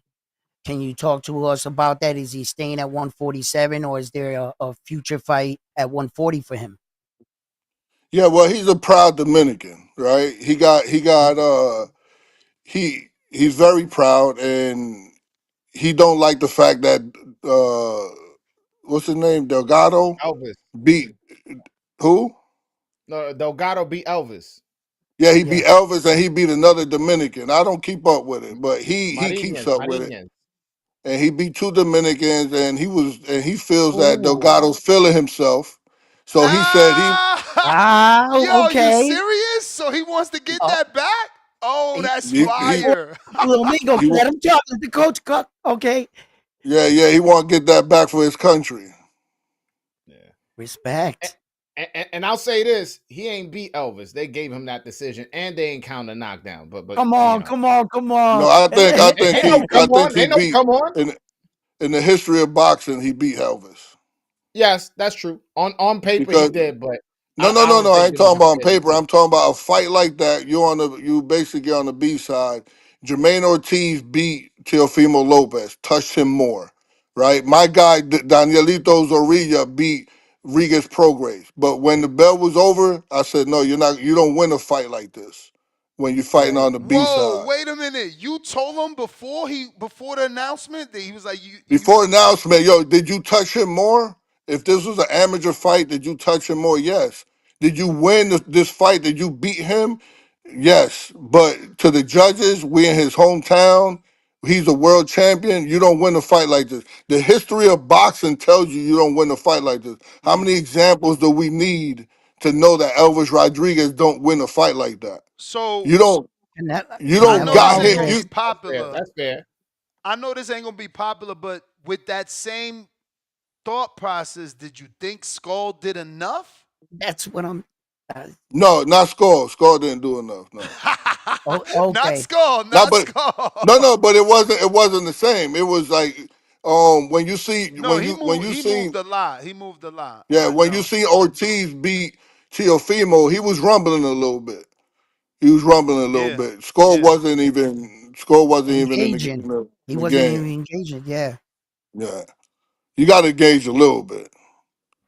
Okay. All So right. yo, So, you ready? You ready for the future welterweight champion of the world? Or Yeah, maybe man. junior Wait, welterweight wait. if Oh, yeah, that's what I was gonna say. Junior and now welterweight. I mean, so so is his he the ready? Is aspiration. he ready The for Norman?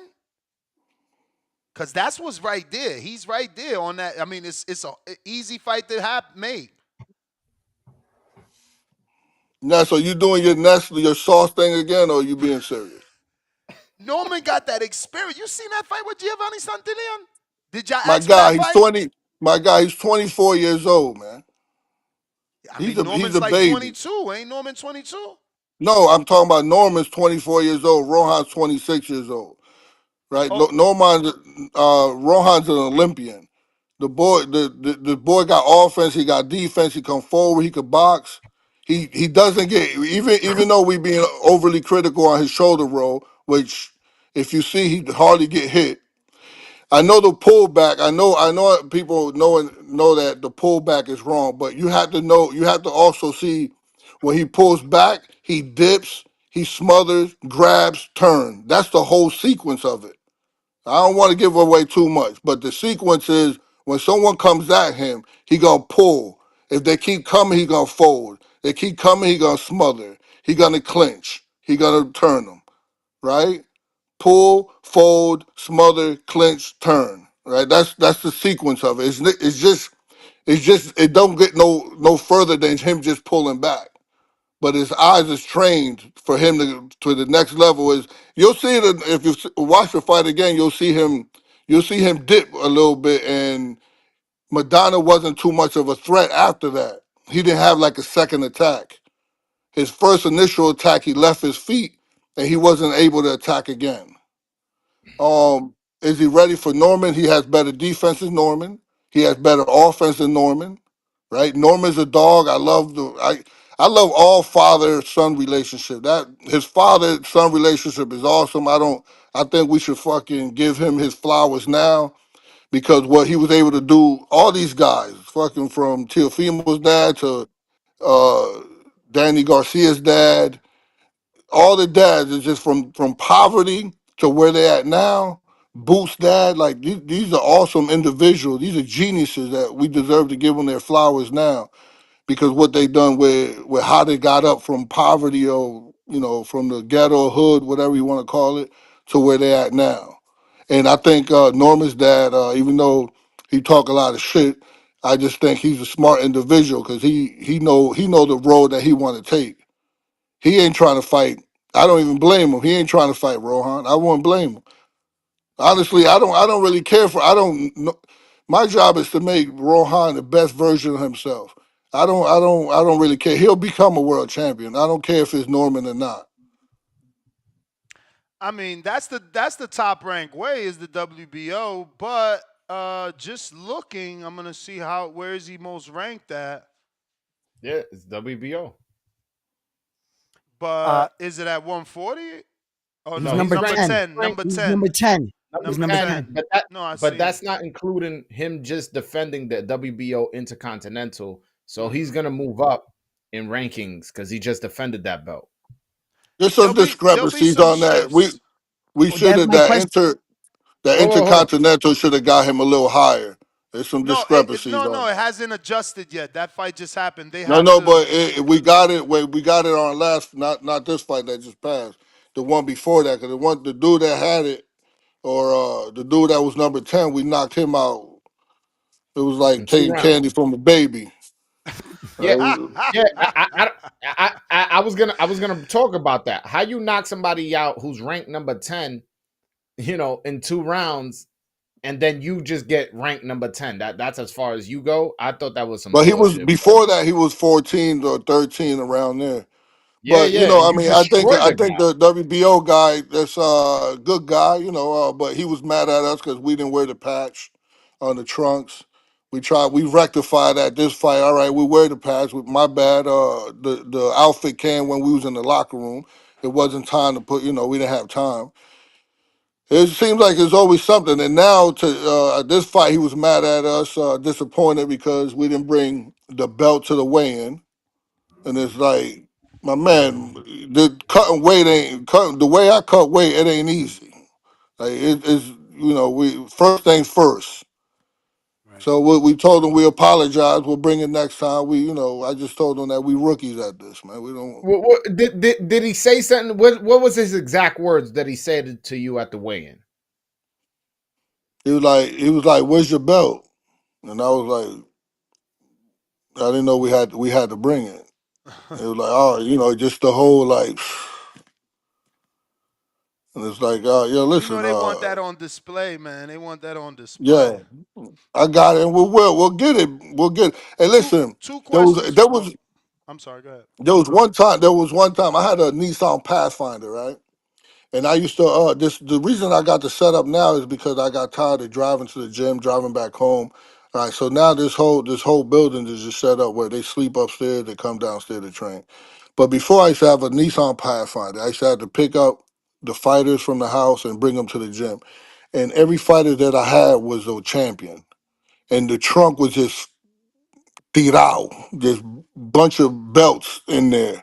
Like, I don't care about the belts. And people like, yo, these belts here, people would kill for these belts.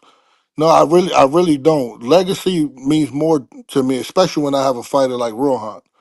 Rohan could be he could be the greatest Dominican fighter that there's been thus far. Right? So I'm looking for that. I don't care about international belts. Like what matters to me is the world belt. Right? He don't know. The man been living in a room for 6 years. Right? He goes to DR and comes right back. As of the last couple of years, he's just been here constantly. The man knows his goal, his purpose. Right? He know that he's the world champion in the making. He'll beat at 140. He'll smoke everybody there. It doesn't matter. They're too small for him.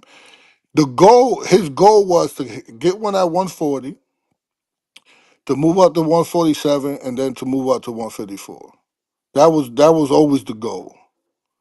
But the trajectory, it kind of fucked up when they told us that we could get Brian Norman. We'll fight with Brian Norman opponent, a Puerto Rican dude.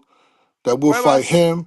Cuevas. Yeah, that will because Brian Norman hurt his hand, so the fight was off. So if we could step in for Norman, and then the winner gets Norman, I'm all for it. I was all for it. So we move up to 47, and then they decided to wait for Norman, and then we got booted to the side. I guess I don't know what happened from there, but I know that Top Rank asked Norman for the fight, and it's ultimately up to them. Which again, I understand the game. I understand the business. Make your Yeah, money, brother. yeah, that Make your Sasaki money. fight is gonna be more money. Yeah, indeed. And the next one be more. He's Dominican. Dominicans don't sell like that, but Rohan Polanco got the ability to change that. Mm-hmm. Yeah, he got a good fan friendly style for sure, and he's going for the kill. That's what people want. Yeah, I it's got not the two. same style. This ain't his style though. His style will change, man. His style will change when you see Boots Ennis in front of him, and you see him smacking Boots Ennis around and boxing circles around him. You're gonna be like, oh shit. We thought he was gonna come. You thought we was gonna come forward with the shoulder roll. Okay, smacking Boots Ennis around. Yeah. Boots get hit too clean for him. He get hit too clean.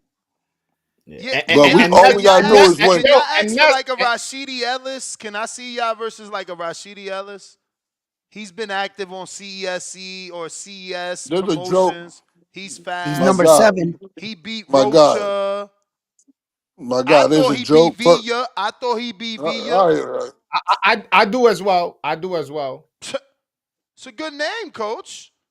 Who Who is Are you the Crawford? done? best welterweight in New England? Who the best welterweight in New England? Rashidi Ellis or Rohan Hold up. Polanco? You asked me. You Like asked me. First of all, Rohan. Rashidi Ellis is their family, right? All right. So I'm gonna put that. Aside because I would Oh. never speak bad about Rashidi and his trainer Alex. Those my guys. Whenever I need sparring, I call them up. But of course, it's a business, right? Who do I think? Easy question. Rohan Polanco, I think, is the best. But someone like Rashidi Ellis, yeah, I think it'll be an awesome fight. I think both of them need each other. Uh, but Rohan Polanco is I just think his dedication is to the sport is above all. If not above all, then they just have to match him. So Because it's very difficult my other to question get it. is your gym open to the public? Someone is asking. No, They no. Okay. Do you recommend no. anything? He lives in Springfield, Massachusetts. Who? The person that wants to go to the gym. He's an older man, maybe 48. Right. Listen, get a manager, get a promoter, and let them contact me. And I don't do business with Oh no fighters. no I do no no business with No, no no, no, no no, no, no no. no no. No, coach. No, you said you don't. Your gym is not open to the public. Do you recommend a boxing gym for a regular 48-year-old man that just wants to That work just wants to out? train. Yeah, that would just wants to work. Yeah. My man, we're on the boxing voice, yo. We talk about real. What we doing here, yo? Yeah. Oh man.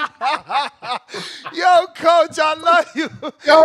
This motherfucker. Yo, what do you want? You want restaurant recommendations next? Yeah, what the What? fuck? What we talking about here, yo? All right, let's get Hey, Rohan, man. Let's get All right. Rohan. That's hey, Google. Well, I hilarious. tell Google, just Google something. Google, Google's your friend, bruh. Google's your Oh, friend. my God. Ew, that's hilarious. Boy, hey, yo, and moving up to 147, who looked bigger in that ring? I got to see him versus, someone that like You, Rashidi. I need to see a body that I know. Like Maidana's always been thin. And Caesar's always been thin. Those guys, I met both of them in person. Caesar Francis especially has always been. Yeah, but Caesar Francis like 6'1". Yeah, he's tall. He's tall. Shout out to my Panamanian brother. But he's thin. He's thin. You know what I'm saying? I Mario can't. Barrios is big. Like Coach keeps saying how big Rohan is, but I don't really have anything to compare it to. I haven't been in sparring with you. You see him when he's sparring versus certain names and stuff. I've seen him spar. I've seen him spar a middleweight who just fought for a title. I'm not gonna mention name because don't respect mention no name. Shout out to Don't mention. Adamas. Yeah, don't mention no name because we smacked them around. So don't mention no Oh name. damn, it wasn't Adamas then.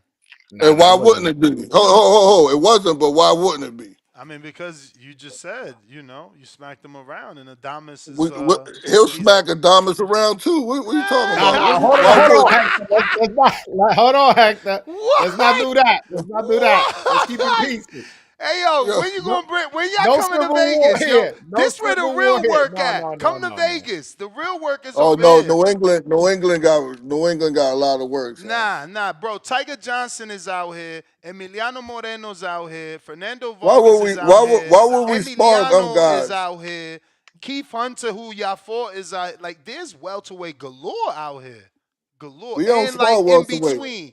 And in We don't between. spar. No, you don't have to. We Freddie Rojas fought we Carlos. spar middleweights, and we also work with lightweights. We don't spar welterweights. Lightweight for the speed, middleweight for the power, huh? All right, Ness. You know what you're saying. All right, stop showing off, Ness. So is Rohan here? Can we get him on? Yeah, man. You ready, Joel? I'm ready. Let me switch this up. Yo. What's up, Rohan? ¿Qué es lo que, mi hermano? Estamos bien. Tranquilo. Well, first and Go ahead, foremost, Ness. tell him obviously, we appreciate him coming on the show and giving us an opportunity to interview him and get to know him a little bit better. Él dice que primeramente te quiere dar las gracias por tu tiempo y para compartir con nosotros y para que el público conozca de ti. Gracias por la invitación y estamos a la orden a lo que ustedes digan. Que lo que. Yeah, tell him long overdue, man, long overdue. Era tiempo. Primeramente yo hablo español, soy dominicano, pero lo que pasa es que se me hace demasiado difícil hacer la entrevista y también traducirle al público y después recordarme de la próxima pregunta. Olvídate de eso, que por eso que la voz de vos dominicano está aquí. Olvídate de eso. No, está bien, eso es tuyo. Right. But yeah, man. Congratulations on the performance. Obviously, I think you looked very good. We talked in depth with your trainer, and he believes you can possibly be, the one to change Dominican boxing altogether and actually, I guess, put together a fan base. Do you believe that? Primeramente, felicidades en tu última pelea, te viste muy bien. Acabamos de hablar mucho con el entrenador tuyo y él dice que tú tienes la posibilidad de cambiar el boxeo dominicano y traer la fanaticada de eso. ¿Qué tú piensas de esos comentarios? Bueno, muchas gracias, tú sabes, por las felicitaciones y me siento bien que le haya gustado la pelea. Tú sabes, me siento bien. Si él dice eso es porque él confía en mí. Él sabe lo dedicado que yo soy aquí en el entrenamiento, en el gimnasio. Así que vamos a trabajar fuerte para que eso se haga realidad. Que poner el boxeo dominicano en el mapa del mundo, tú sabes. He says, first of all, I'd like to say thanks for the congratulations. And if my trainer said that about me, then that's because he sees how hard I'm working. And I'm going to continue to work hard and putting the Dominican boxing on the map. That was one of the things that Bermuda spoke about is the discipline and how he's been able to stay locked in America for 6 years, not really go back to DR and do the typical things that Dominicans do. How is that something that came natural, or is that something that he picked up because he's seen the mistakes of previous Dominican champions or contenders? Eso que tú dijiste de la disciplina fue algo que mencionó Héctor Bermúdez, que tú no eres uno de los peleadores que se va para República Dominicana, se queda allá y tú te quedas aquí en Estados Unidos entrenando, que tienes 6 años haciendo eso. Él quiere saber, ¿eso viene algo de ti mismo o eso es algo que tú aprendiste de los errores de los boxeadores dominicanos en el pasado? Eso fue algo que yo aprendí, tú sabes, de los boxeadores del pasado, la historia que yo escuchaba. También Héctor también me viene diciendo de hace rato que para yo lograr ser campeón mundial tengo que quedarme aquí, tengo que seguir entrenando y seguir siendo mejor boxeador en cada campamento. Entonces, si peleaba y me iba para Dominicana, tú sabes, a ponerme gordo, a fiestar y eso, sería muy difícil que me vuelva campeón mundial.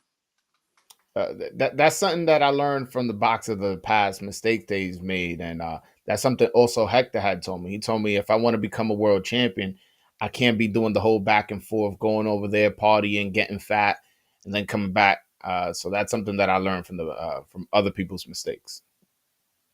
Now, again, Hector had a lot to say, and he's put you in with fights with Brian Norman and says that Norman is not on your level and he doesn't have the, power that you have. He said you would slap Boots around. What are your thoughts on the confidence that your trainer has in how he believes you will perform with the elites in the division?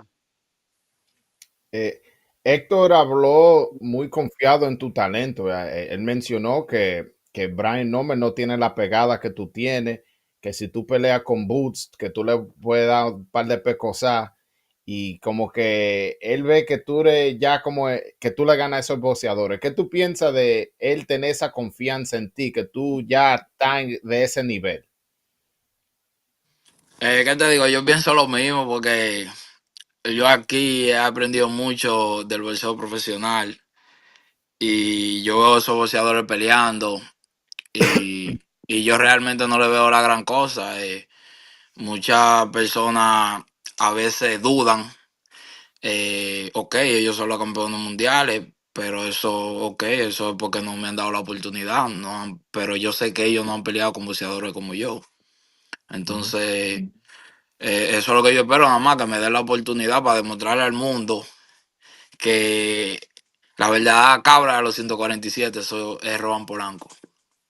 Okay. I agree. I think I'm at that level, and if not above. And yeah, they're world champions, but that's because they've gotten the opportunities. When I see them, I don't see these big, fighters like that I can't beat. Like these are fighters that I could beat. So time will tell that I'm the best 147. Now, speaking of 147, there's been mention of him going back down and that he has this, I guess, crusade where he wants to avenge the past Dominicans that took losses to Delgado. Tú mencionaste que tú eres uno de los mejores 147, pero también tú hablaste de posiblemente bajar a 140 a pelear con Delgado, que le acaba de ganar 2 dominicanos en línea. Entonces, ¿cuál es la movida que tú vas a hacer? ¿Qué te digo? Es una propuesta que se viene haciendo hace rato, de cuando yo estaba en 140 y no se dio. Entonces, es algo que es una pelea que yo anhelo hacerla. Entonces, yo estoy dispuesto a bajar a 140 si Torran decide ponerme delgado. Es una pelea que yo la quiero, tú sabes, sé que le puedo ganar fácil, fácil. Entonces, estoy dispuesto a bajar 140, vamos a pelear con él. That's Tú a fight sabes, I've been... y venga esa victoria que él ha hecho sobre los dominicanos. Es algo como que me pica porque Delgado es un boxeador malo, malo, malo, malo. That's a fight. That's a fight I've been calling for since I was at 140. It didn't happen for whatever reason. He currently has a couple wins over Dominicans, and I'll be honest with you, it bothers me. That's a fight I want. That's a fight that I'm willing to move down to 140 for if Top Rank allows it. And to be honest with you, I look at Lindolfo Delgado as a bad fighter. Like he's a real bad fighter. I would easily beat him. I want that fight. So obviously, because his trainer has been talking the way that he's been talking, and it's hard to get those names that obviously Bermudez is already matching you up with. So I mentioned someone like Rashidi Ellis. He said that's family. Uh, is that a name you would fight, or do you consider him family where you won't want to get in the ring with a Rashidi Ellis? And I only mention Ellis because obviously the common opponent with Boots, both me and Hector believe that he beat Roman Villa, who Boots went on to destroy. Hablando de los campeones mundiales, sé que esas son las peleas que tú quieres, pero si posiblemente esas peleas no se pueden dar por cualquier razón, una pelea con Rashidi Ellis te interesa.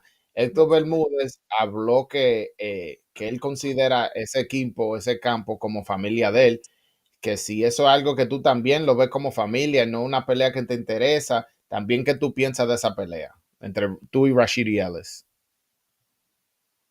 Sería una pelea bien, pero tú sabes, yo dice que familia, amigos, pero ellos son amigos ellos. Yo, ¿me entiendes? No, sí, Let's fucking sí. go. Eso es lo que me gusta escuchar. He said he thinks it'll be a good fight. And as far as Hector saying that they family, like he's friends with them. I'm not. Like we could get that fight. Ellos son amigos, tú sabes, ellos, los entrenadores, pero yo en esto yo no tengo amigos, tú sabes, yo de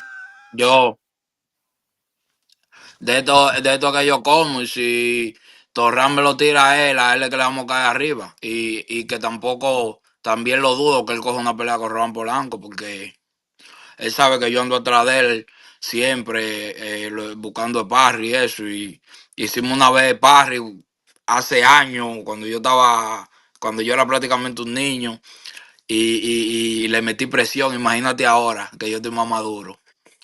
Entonces, no creo que él coja una pelea con Rohan Polanco. Y Héctor viene de que con su amigueo sacamos a Héctor de la esquina.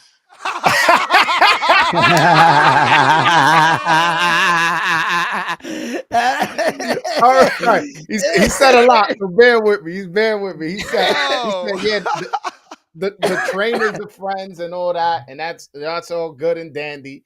But at the end of the day, this is how I eat. This is how I make my money. And if that's the guy in front of me, then that's the guy I'm beating. So, and I know for sure Rashidi Ellis was not going to take a fight with me.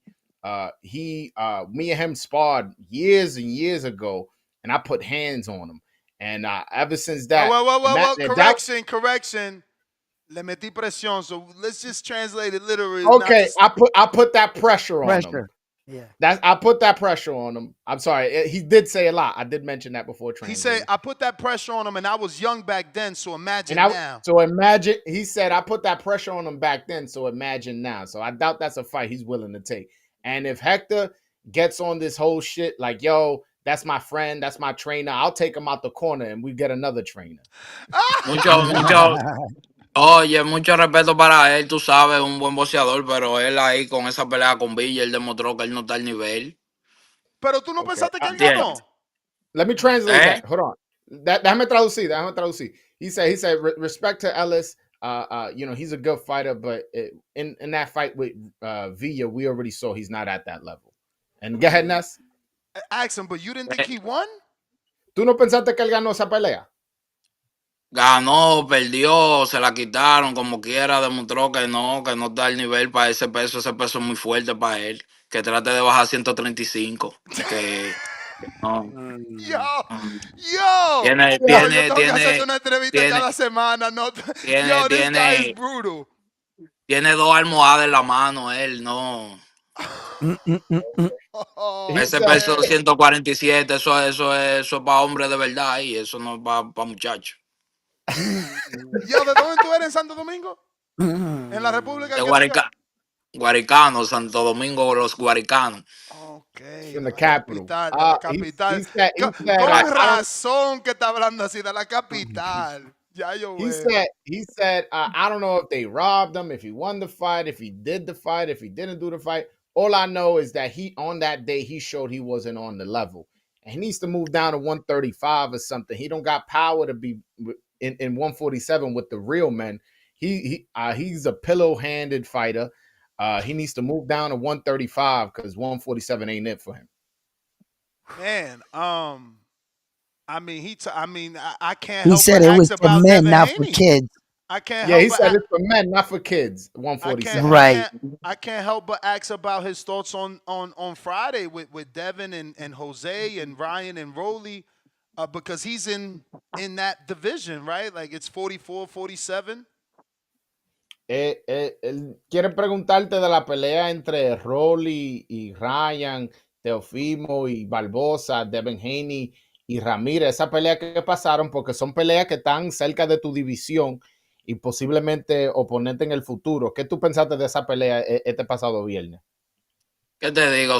Yo siento que ya esos son boxeadores de marketing, ¿me entiendes? Que boxeadores como que se les fue la hambre, que no vienen a pelear. El que más o menos vi más o menos ahí fue a Teófimo. Luego las otras peleas, los boxeadores que vi ahí arriba sobre el ring, eran boxeadores que no tenían hambre, que como que no tenían un plan, ¿me entiendes? No me impresionó nada de esos boxeadores ese fin de semana. Like honestly, what I saw from those fighters that they don't got no hunger. Like I the only one that kind of somewhat looked okay was Teofimo, but I just saw, And I'm never doing this to make you look bad, just so that I want the audience to know. He said those fighters are marketing. Remember, he said they marketing fighters, that they I was lost their getting there. hunger. Yeah, I was getting there. I was getting there. He said a lot of these guys they were in position because of their marketing, but from what I saw, I was not impressed by anything they did, and yeah, I think they lost their hunger. I was gonna follow up. He wasn't impressed with Rolly. I mean, Rolly, Yeah. huge underdog and box. I mean, I like thought he I like that. boxed well. Like we never seen him box that well.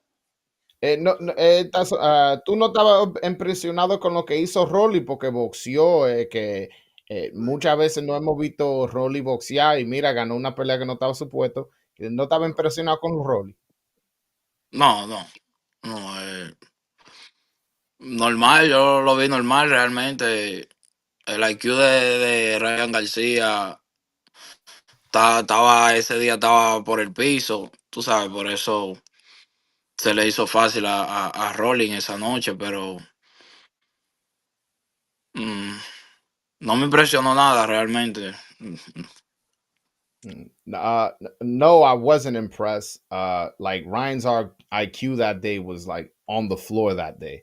I just being honest with you, nothing that he did really impressed me. All right, well, I got a couple questions from the people, and we'll get them out of here. I got pound for pound 165 that says, Rohan, appreciate the time. El Consejero from Washington State. Do you have a mental health coach or therapist? If not, do you believe a boxer can be in therapy while still fighting and not lose their competitive edge? ¿Tú tienes un coach para la mente o un terapista, alguien que te ayuda mentalmente? Y también si tú crees que un boxeador puede estar teniendo terapia mental y también tener éxito en el boxeo. It's a weird question. Yeah. Bueno, mi coach para todo es Héctor Bermúdez. Ese es mi coach para todo. My coach for everything is Hector Bermudez. So two things you don't have to translate to him. One, you are phenomenal, for real. You're really good at what you do. Two, I think the question is stemming from more and more people are doing mental health. Rolly just came out on the Danza project and said that he had a therapist. Remember Ryan, same thing. Just more and more people. Danny Garcia. So I think that's why the question is becoming more and more popular. Right. And Tank is the most popular that said he wants to retire so he could do therapy because he feels he will lose the competitive edge. I got you. Yeah. So the next one is from Mosby. He says, ¿Qué pasa, Rohan? Soy Clemente de Phoenix, Arizona. Can you tell us special things you do to cut weight? For example, do you use the sauna? Tú puedes contarnos qué tú haces para bajar peso. ¿Tú usas un sauna para bajar peso? No comentarios, eso es privado, tú sabes. No comment. That's private. Good answer. Tell them we never hear people say that. Good answer, man. Y que buena respuesta, que muchos boxeadores no dicen eso. No dicen no comentarios. Yeah. We got the next one is from Stock Chasers. Rohan, I am Dominican from New York. How do you feel representing the Dominican Republic in the sport of boxing? You have a lot of people supporting you. Keep breaking. Oh, yeah, because he did it in Spanish, so rompiendo. Thank you very much. Él dice, es un comentario de un fanático que es dominicano, pero vive en Nueva York y él quiere preguntarte cómo se siente de tú poner el boxeo dominicano en mapa actualmente. Se siente bien, es un orgullo, tú sabes. Sabes que nosotros los dominicanos sonamos poco y nos respetan poco en el boxeo profesional y que ya eso vaya cambiando con la nueva camada que venimos subiendo del boxeo y que yo sea uno de esos boxeadores, eso me hace sentir bien, tú sabes, y me da más energía para seguir entrenando duro, para seguir representando esa bandera que tú tienes ahí atrás. He said it feels really good, and it's not only him; it's this whole generation of Dominican boxers that are really changing the landscape of how Dominican boxing is viewed. And hearing comments like that just give him more energy to represent the flag I got right behind me. Salute. Next one is from Malcolm in New York. He says, no question, but want to say you are currently one of my favorite Dominican fighters. Puerto Rico supports you.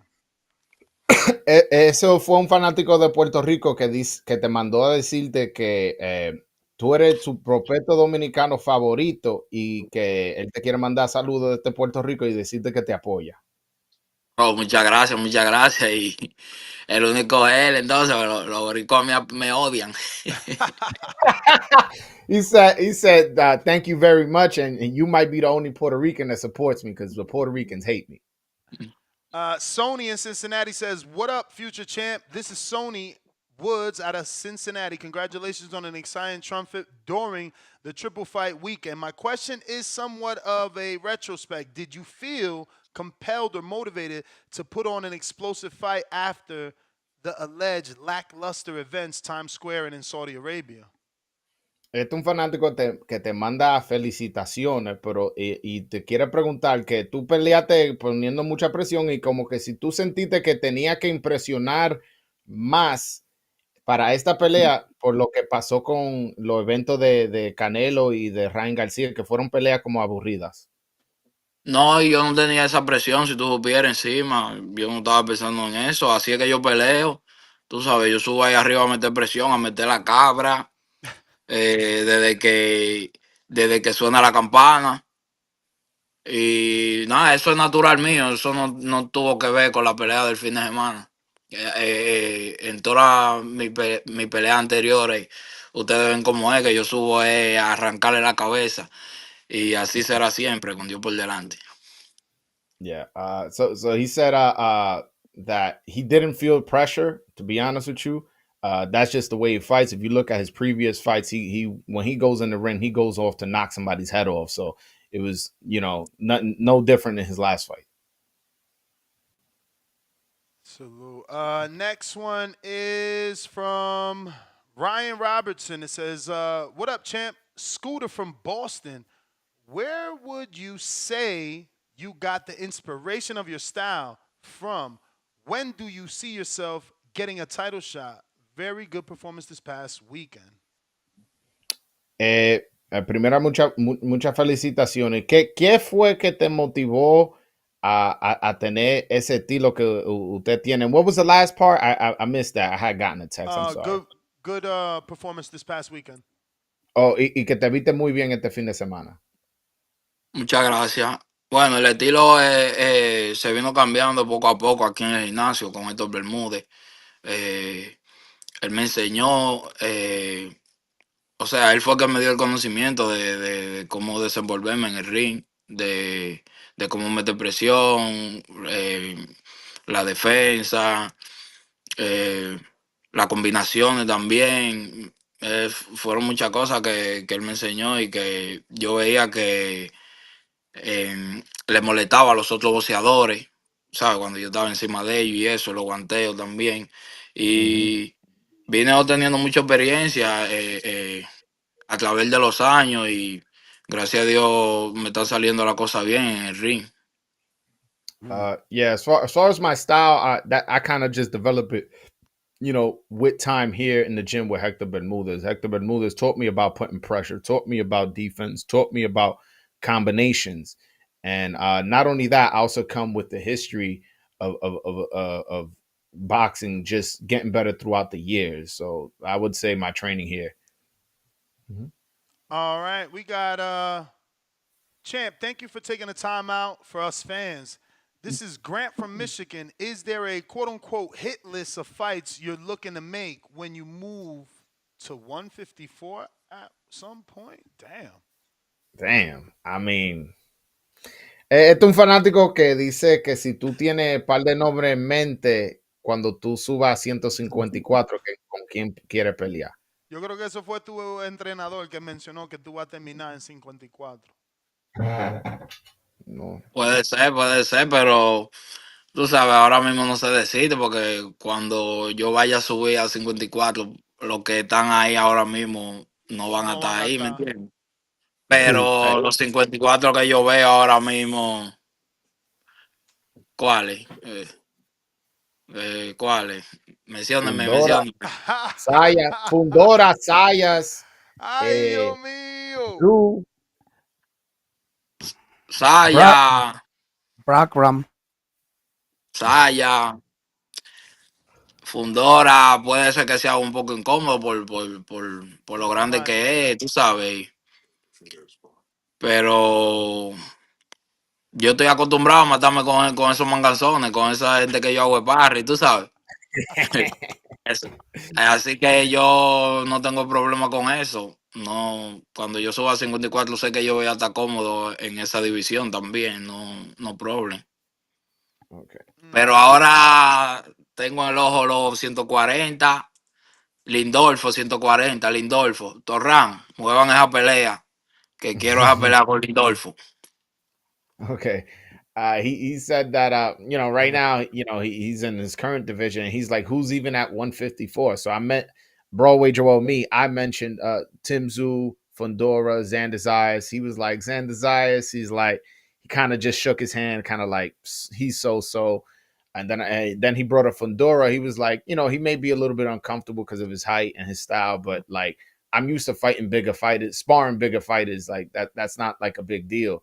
But as of right now, he's focused, you know, mainly possibly staying at 140 and fighting Lindolfo Delgado. And he mentioned he sent the message to Top Rank, like, yo, let's make that happen, me and Lindolfo Delgado. Is that all the fans? No. I'm sorry. Oh. I got Jamari Dixon. What up, Rohan? This is Jamari Dixon from Arkansas. Congrats on the recent victory. My question is, if you could fight a boxer from the past, regardless of weight classes, who would it be and why? Es un fanático que mandó una pregunta que dice, si tú pudieras pelear con un boxeador del pasado, olvídate de peso, de era, ¿con quién te gustaría pelear? Con Joan Guzmán. With Joan Guzman. Wow. Now he needs to say why. ¿Por qué? Oh, por el estilo de pelea que él tiene, tú sabes, yo sé que es un boxeador que me va a poner a trabajar y va a sacar lo mejor de mí. Tú sabes que Joan Guzmán es el mejor encima del ring. Ese hombre no había forma de tú encontrarlo. He says because his style, he knows that that's somebody who, you know, is definitely going to give him trouble, and somebody who's like one of the best and in the ring, and he knows that it would be a great experience. Ask him, is Joan Guzman the greatest Dominican, or did Jerson top that base off accolades because he was three belt unified? You mean Jason Rosario? Yeah. I said Jerson. Okay. Él dice, ¿tú crees que Joan Guzmán es el mejor dominicano o tú crees que como Jason Rosario fue campeón que unificó título que él le sobrepasó.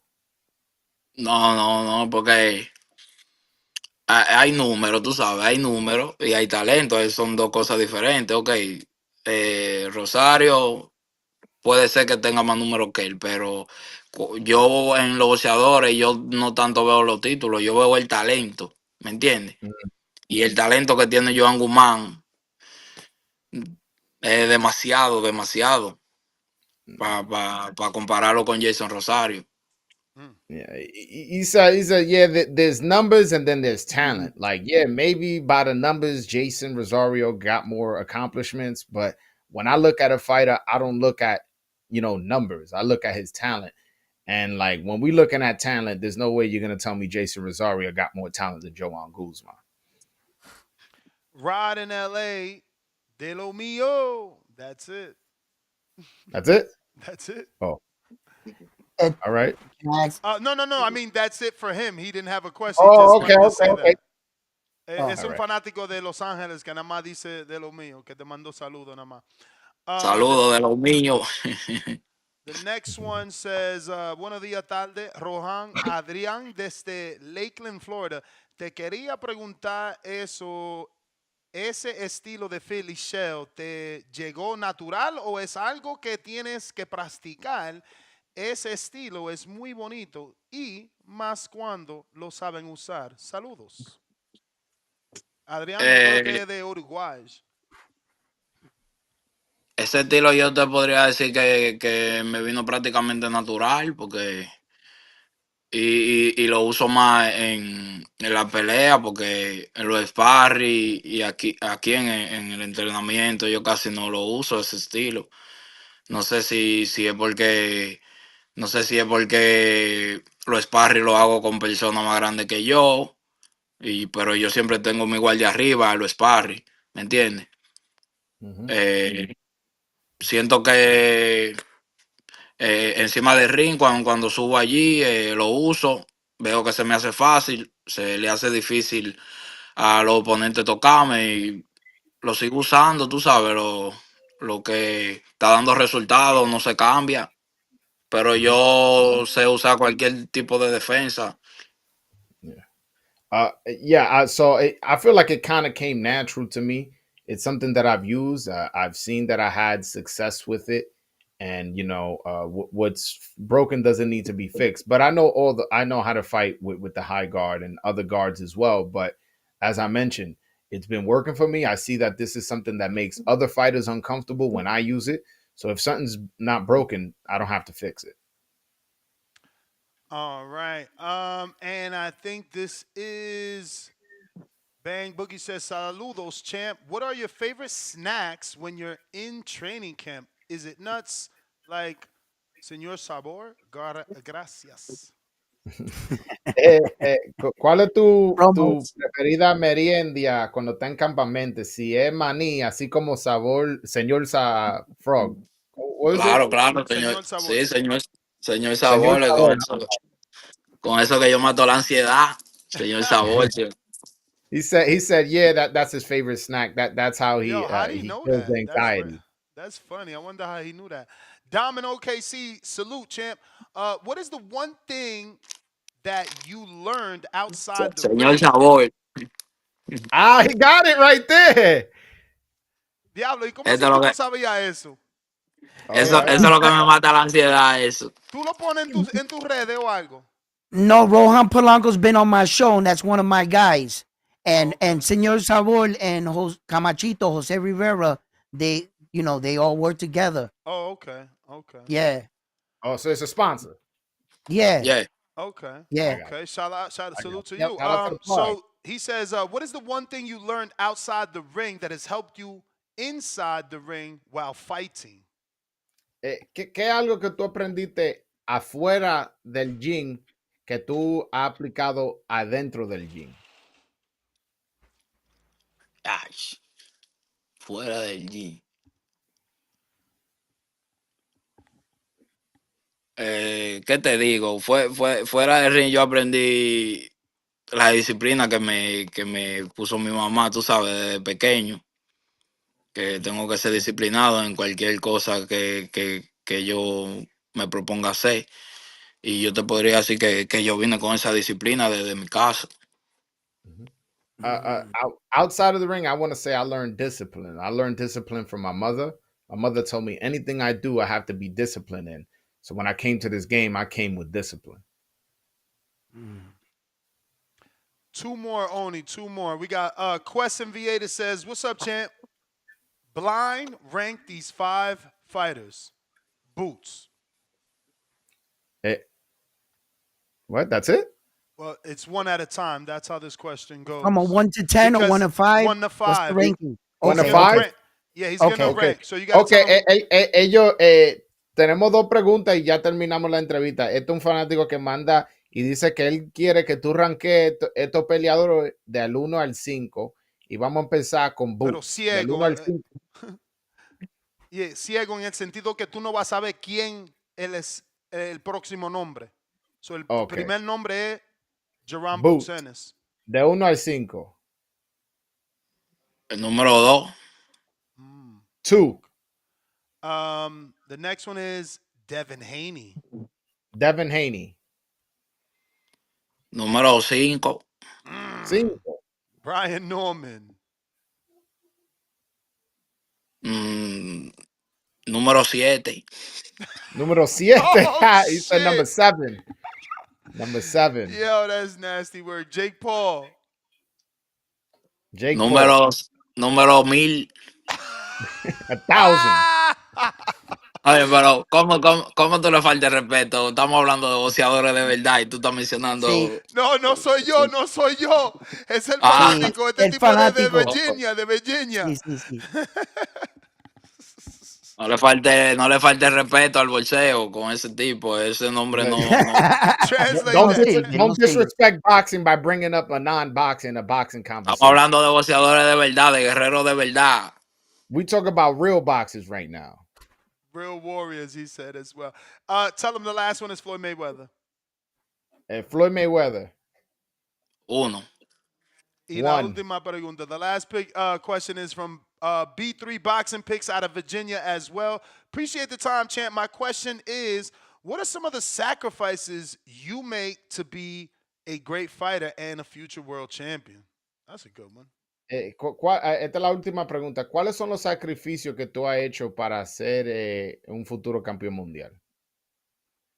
Bueno, el sacrificio, son muchos los sacrificios, porque tú sabes que nosotros los dominicanos tenemos que venir rompiendo puertas desde Dominicana, ¿me entiendes?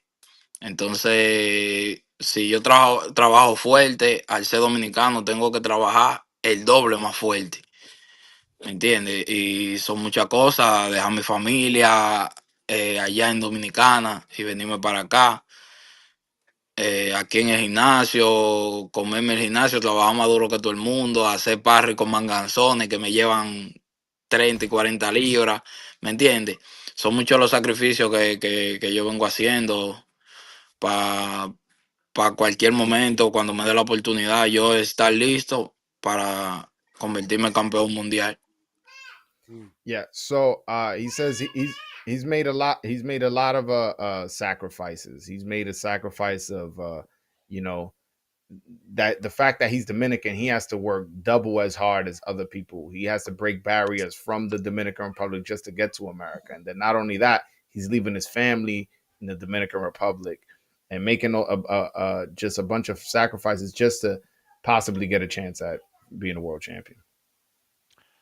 Well, that is all the questions. But I do want to ask him what drives him, what motivates him, and what made him get into the sport. Is it just to change his life and his family's life back home, or is it more than that?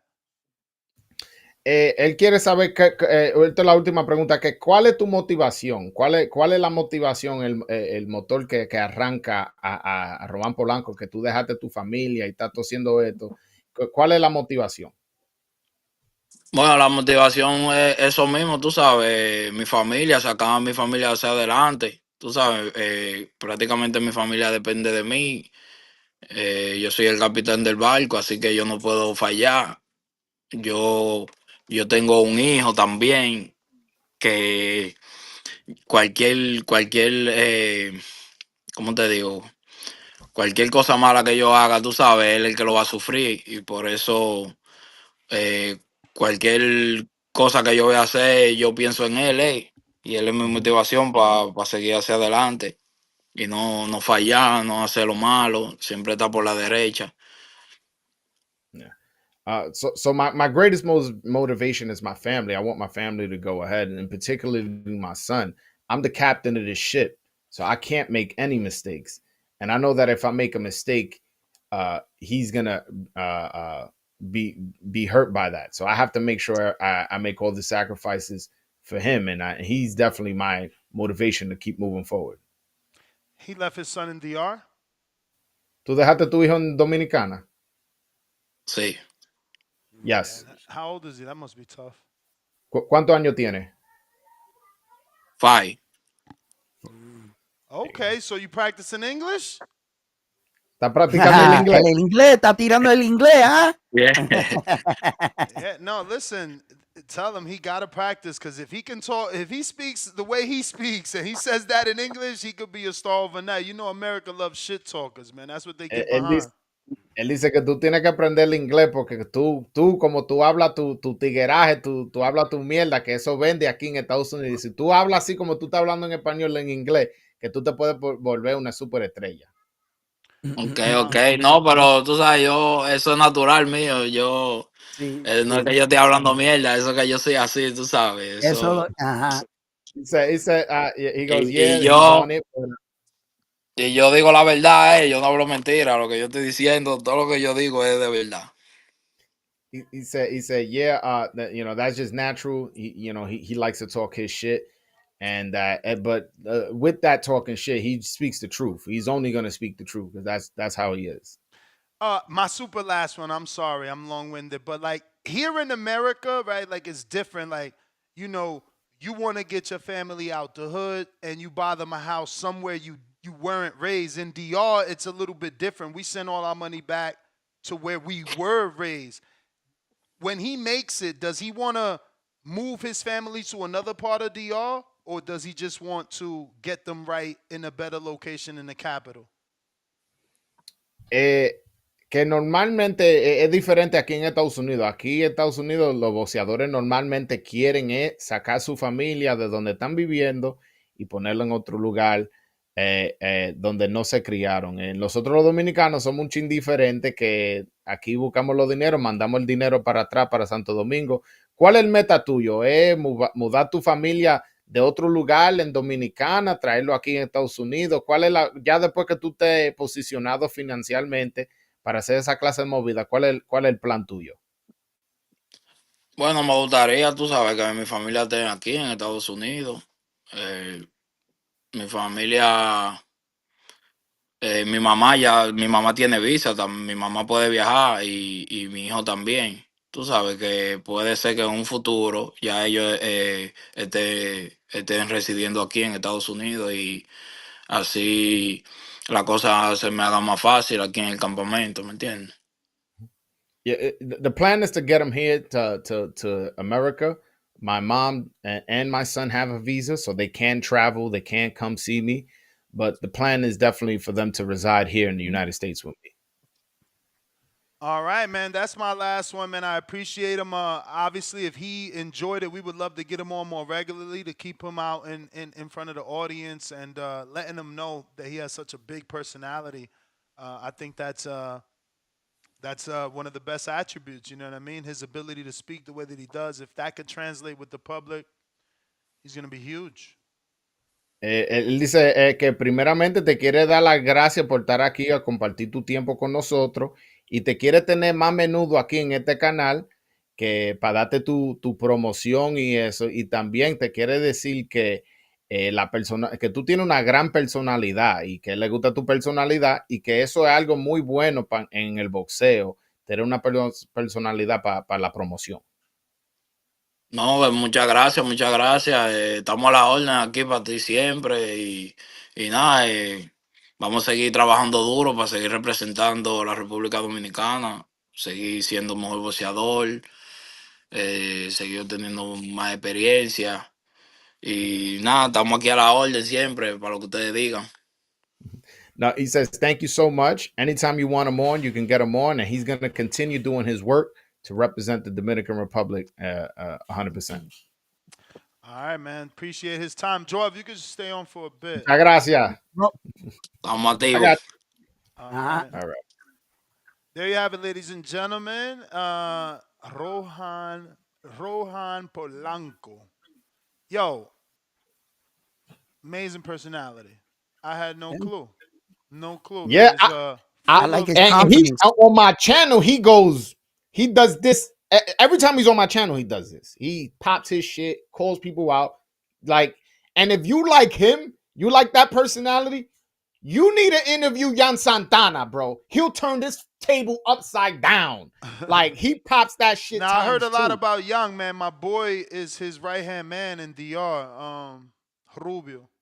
If you tell him Rubio, he knows him well. I think Rubio takes care of him out there too. But Listen, that's my guy, man. Shout out to Rubio. He's a fucking great guy in DR. And anyway, yeah, man. So I'm hearing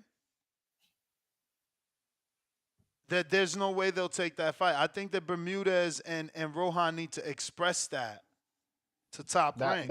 No way. Who would take what fight?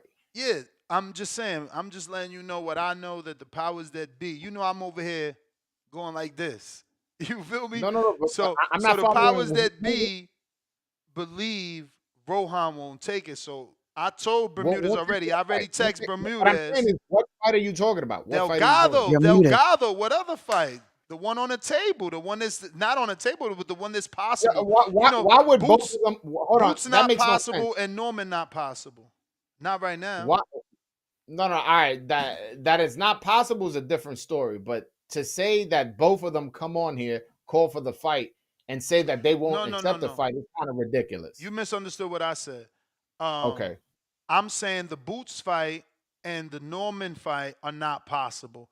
And I'm saying the powers that be are under the impression that they won't take the fight. So I already text Bermudez, but you need to tell Bermudez and Polanco to express to Top Rank that they do want that fight.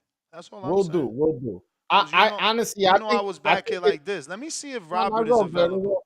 It's all good. What I think is happening is they don't think he can make 140, so they won't present the fight, and it's easier to throw the blame on the fighter than it is on to say that they're not interested in making a fight, which is fine. I don't necessarily need the Delgado fight. That's not a fight that necessarily excites me. Like I'm not like, oh my god, I want to see that fight. I'm okay with it not happening. Like, okay, cool.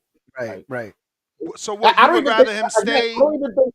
I don't even think Delgado beat Elvis. Like, who is this guy? Like, anybody on here like super high? He's undefeated. Yeah, nah, Delgado, Mexicans. There's some he's a Mexicans in my Mexican community. fighter. Yeah. There's some Mexicans in my community that are certainly excited about Delgado. Not excited, but that follow him and like him and pick him to win. No, you could like him. You could like anybody, but that dude ain't. He's not Rohan Polanco. He's not on that level. I'm sorry, no disrespect. He lost his last fight, like in my opinion, and he got dropped, and they didn't count it. So this guy got a favorable decision over somebody that Elvis, who I don't, Rohan seems to be at a higher trajectory. So it's like now you're gonna fight a guy who's way better, like, and you think you're gonna beat him. You couldn't even beat Elvis. It's like I'm not interested in that fight. But he did beat Elvis. Not in my opinion. Yeah, not in mine either. I thought he won. I thought. Yeah, and again, they didn't count a knockdown. So even if you I saw saw the fight. Yeah. So yeah. I thought he lost the fight. I thought he lost. The fight. Yeah. Well, and the commentators thought that as well. By the way, so it's not just me being biased. You know what I'm saying? You watch State of the Boxing, the show right after. They all in agreement that Elvis won the fight. So it's not just me. I don't want to be the one to change the topic or anything, but I also wanted to ask you about another Dominican fighter and a Puerto Rican fighter. I think I heard you talk about Subriel Matias. Floyd Schofield? Why you don't be having Floyd Schofield on the Dominican boxing, bro? What's up? Why you don't be having Floyd Schofield on the Dominican boxing show? You don't watch my channel, so we're just gonna move on. I'm not gonna do it to you, Ness. I'm not gonna do it to you, Ness. I was We're trying gonna to move take on. Let my shots, man but ask the question. I was trying to see if you was gonna say he not Dominican, bro. My bad. No, bro. I was the one who hooked him up with Joan Guzman to train him for the Shakur fight. Like that. That's how connected to the DR I am. But we're gonna let that rock. Listen, Ness, I'm not gonna do it to you. You my guy. But yeah, I actually got to run, so I'm gonna answer my man question. What's your name, my brother? I forgot your name. Edwin. All right, let me answer Edwin's question. Then I gotta run. Appreciate you, man. Appreciate you. Nah, no doubt. You know you my guy. Yeah, Edwin. Your question, Edwin. I thought I got a Subriel Matias versus Alberto Puello. Yeah, who I think is gonna win? Yeah. Yeah, I think Puello's gonna win. I think Subriel, I think he got comfortable, and that's why he lost to Paro. Paro, I don't think is as talented as Puello. Puello is coming off beating 3 top 10 fighters in a row. No, 2 top 10 fighters in a row, and if he fights Subriel and beats him, that'll be 3. He has that experience against pressure fighters like Akhmadov, like Gary Antoine Russell, and I think he has more experience, and I think he's the classier fighter. I think he has more skills, and Subriel, he's a kung fu fighter, power puncher, good fighter, but he is somewhat limited to just that. I've seen Puello bang, even though he's not a big puncher, but I've seen him bang and get the better of the exchanges, and I've seen him box, and I think he has more tools in his toolbox than Subriel, and I think he's going to get the decision. I think that Subriel Matias is definitely, some of the things that you say, but I think those are also his attributes. I think that the type of style that he fights is in your face. He's going to get hit. It's kind of like that Tommy Dame. Can you take my punch? Alberto Puello, I like his footwork. I like he's a better technical boxer. I agree. I've seen Subriel Matias in with guys like that time and time again. Real, boxer puncher type guys. And I love this fight. As far as Dominican boxing, what was it? Sorry, I just messed up his name. Rohan Polanco. That I'm the second Puerto Rican that likes him. Okay. Listen, I got my money on him. I think that he's gonna be a champion. I really like that young man. I like how he's developing. If any fighter of Santo Domingo, I thought there was gonna be, not only am I betting him to be a champion, I'm betting on him being a unified champion, the first. That's how confident I am in Rohan Polanco.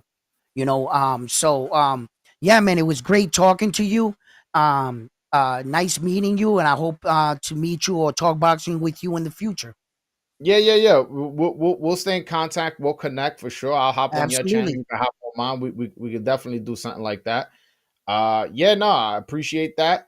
And to both of y'all, again, since y'all both like Rohan and how he talked and his style and how he fights, get familiar with Yan Santana, 126 pounder, and get him on this channel. I need the translator, but my guy's been dying to do it. He even said he would translate, bro. But if you available, I just translated Rohan for you right now. No, I know, but I mean, if you available, yeah, you tell me when. I'm I'll live every day. Yan Santana's like my little bro, man. I'll make it happen. And I'm telling you right now, he pops a lot of shit. You're going to have a lot of fun with him. And one guy here, he has his eye on, and I'll leave off this. Shushu Carrington, you got somebody after you. Somebody that's the fight he wants. That's who he looks at in the future of being like, that's my big fight. And anytime he comes on the channel, he makes sure to call his name out and try to get that fight. So I definitely would love to see him on this channel, a bigger platform than my platform. Pop his shit. Let's do it, man. Let's do it. Let's get him But yo, all fellas, on. everybody go to Broadway Joel. Go subscribe there. I also have a second channel, Broadway Joel Podcast. Go subscribe to that channel. Go support me. I truly appreciate you guys. You guys know I come on here, talk my Dominican boxing. And you got a subscriber here. Yeah, I appreciate you. Yeah, man. I definitely support and shout out to Ness for putting me on here, man. Nah, I appreciate you, champ. All right, my brother. If you're trying to call in and talk some boxing, the lines are open. We got a couple super chats I got to catch up on. Matt, $2. Ness, what are the betting odds for Canelo Bud? Gave that. Chico, $5. Someone call ICE and Border saw, cause all this Dominican boxing talk is un-American. Laughing out loud emoji. Chico back with another 5. Bill Haney needs to take this coach's advice. Couldn't take no criticism when Devin, quote unquote, won in that snooze fest against Ramirez. Gonzalo, $5. Keep an eye on Ryan, quote unquote, main event, Maine, 7-0 on the Pro Box undercard. Super welterweight, very elusive talent from Orlando. Let me see that. Is he on this card like you say? Okay, I see him versus Gabriel Escalante. And they're junior middleweights. Okay. We'll check him out. We gonna check him out. Treese, Toledo, Ohio.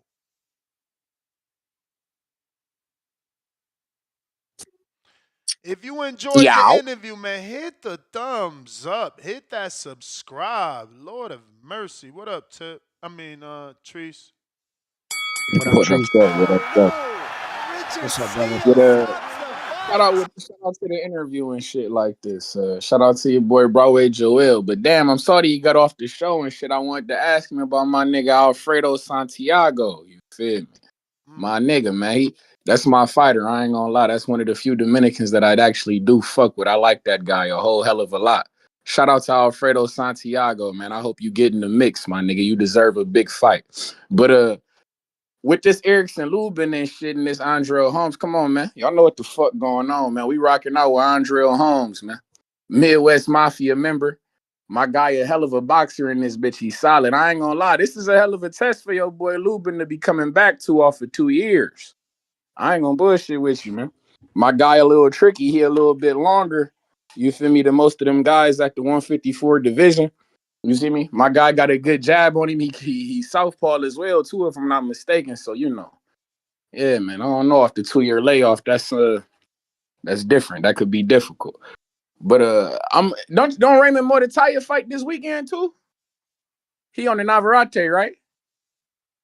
Round 1. Ness, somebody talk to me, goddamn. Yeah. He on the Navarrete card. It's a co-main event. Co-main event. You know, all right. All right, goddamn it. Well, shit, act like you know something, nigga. Talk to me. Talk back. But shit. No, but yeah, man. I'm into that. I want to see what Mortaya do, man. I hope. I don't know what the fuck going on with Lomachenko or Lamachenko, whatever the fuck you want to call him. I don't know what's going on with bro. But my man Mortaya get that belt. He fuck around, become full champion, man. He fuck around getting the mix for a Shakur fight or something like this. I could see them possibly setting up Mortaya and Keyshawn Davis. He better look good. Especially Said it again. He better look good. How old is that kid, man? Mortaya, I don't even know. That's a good question. I don't know. I like how he look though. I just fuck with it. Look that up. Y'all got the computers, goddamn it. Do your job. I got up. Yo. No, I'm moving on. I'm bullshitting. But somebody pull that shit up though. I fuck with Mortaya though. I don't think my man too old though. I think he right in the mix with a Keyshawn and the Shakur and all these type of guys. I know they older, but they not too old. You feel me? Like they, he in the mix for these type of guys. I like it. But yeah, man, like I said, I just want him to tell me the age because I feel like certain dudes get criticized and certain dudes don't. No, that's a fact. That's a fact. It's about the energy that they provide. And that some of these motherfuckers be old, but they got a youthful spirit. You know how that shit go. But yeah, man, I like this. See, this the type of shit that I'm in. This weekend is my type of boxing. Like I say, last weekend, that was for the teeny boppers and shit, That was for the kids, man. But this right here, this is grown man boxing. I'm with the shits, man. Ardreal Holmes, I expect you to do work, man. I expect you to pull it out, man. Lubin was talking a whole hell of a lot of shit at that Pro Box facility. You feel me? Put hands and hooves on that motherfucker. Do it for the guys. Do it for the gang. I wanted 28. to try to. Yeah, I wanted to get it in for you. Just to let you know, he's 28 years old. He's 5'7", 72 inch, Sean Rich, with a 101 rounds experience. As far as American fighters ranked in the division at 2,490, he's ranked number 5. So Yeah, I fuck with Muay. I like Muay, man. I expect him to win that fight. I hope he do look damn impressive because I want him in the ring with Keyshawn Davis, man. I like the way he look. I think he learned a lot from that Tevin Farmer fight and shit. Ever since I seen his last fight when my nigga came out with the braids and the black forces, I said, oh yeah, I like Muay. I like his energy. He said it's time to get on devil time. I like it.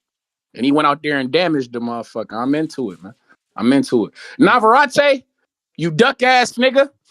I see you waited till my guy Albert Bill. Yeah, man, motherfucker thought I forgot. No, nigga, my guy Albert Bill went up to 135 and shit. Motherfuckers act like we forgot about that whole ass nigga. It's crazy how this nigga Charlie Suarez can get his motherfucking title shot. And where your man Gustavo or where the fuck is he at, bro? What ranked fighter did Charlie Suarez fight? You feel me? To earn this title shot against Navarrete when we was there at the number 1 position for 2 years. Yeah, and we never got our shot. Who the fuck did this guy fight? Yeah, I ain't fighting But you know, that's me. Oh, okay, but that's neither here nor there, and that's, you know. Motherfuckers think they in the clear. Suarez fought. His last fight was on Top Rank, man. His last Who the fuck? Who was the guy, though? Who was it? Who did he fight, my nigga? He didn't fight no Andre Cortez and no shit like this. He didn't fight Supernova and no shit like this. So why the fuck is he getting this title shot when we was there for 2 years and we didn't get our shit, Ness?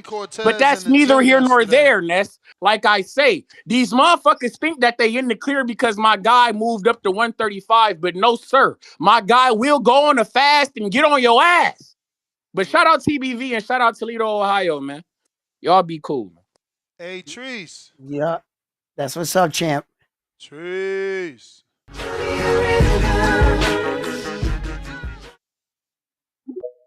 Quest, what up?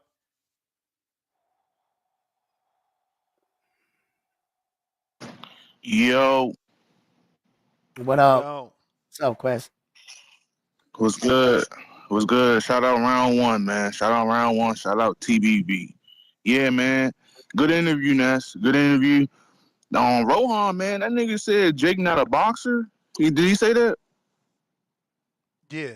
No, he said basically what he's saying, like, not don't a real bring boxer, a like that's a real, warrior, yeah, a you know what I'm saying, professional, on that yeah, level. like, He's, you know, he still took a shot though. You know what it is.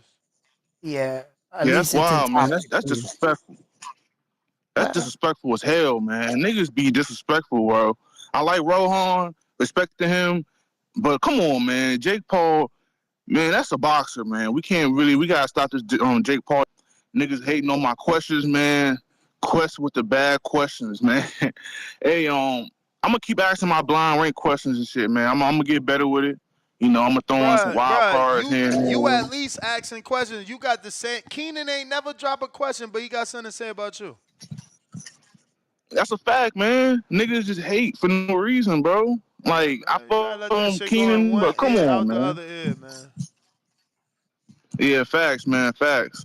But yeah, man. Shout out to Rohan. I'm a fan. I'm gonna start watching his fights now.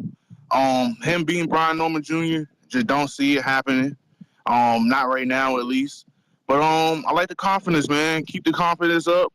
And he made a fan out of me. So I'm gonna catch his next fight. But yeah, I want to see Eric Lubin. I want to see how he looks. I want to see how Muay looks. Those are the only 2 fights I really care about this weekend. Those 2 fights right there. Muay, let's see if he's ready for the champions. We got Zepeda versus Keyshawn. Shakur. So let's get this Shakur. Let's get the Keyshawn versus Muay. But yeah, Erickson Lubin, he lost to 2 really good fighters in Sebastian and Jamel. I think this fight right here is going to show if he's still in the top tier of fighters.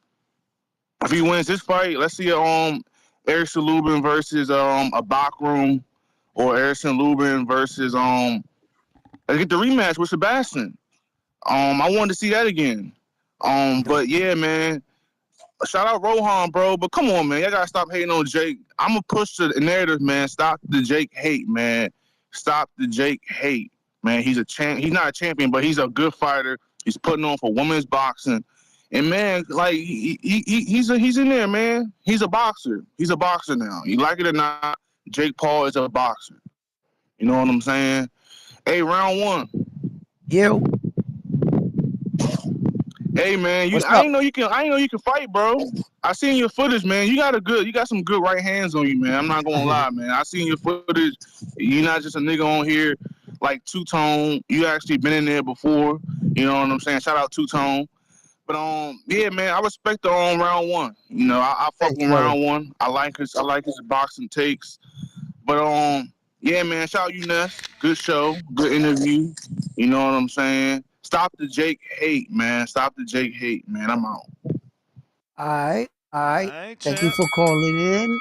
You know, I don't think that he's like hating on Jake Paul. I don't actually think that Rohan Polanco is hating on Jake Paul. I just think that Rohan Polanco is a professional fighter that's his sights are set on like the top 15 fighters in the world. And you know, I think that he acknowledges the contribution that Jake Paul has done for boxing. But when you're talking to him about boxers and the guys that he keeps in mind, you got to remember that we're talking to the most elite, toughest guys in the world. These are the tough. These men are like the toughest of the tough. You know, they always gonna push them. There's no other fighter better than me. Their egos are like you know what I'm saying. So these are things I expect when I interview fighters. They're always gonna push. I'm the best. You know, just remember who you're talking to is like they're tough men. You know, so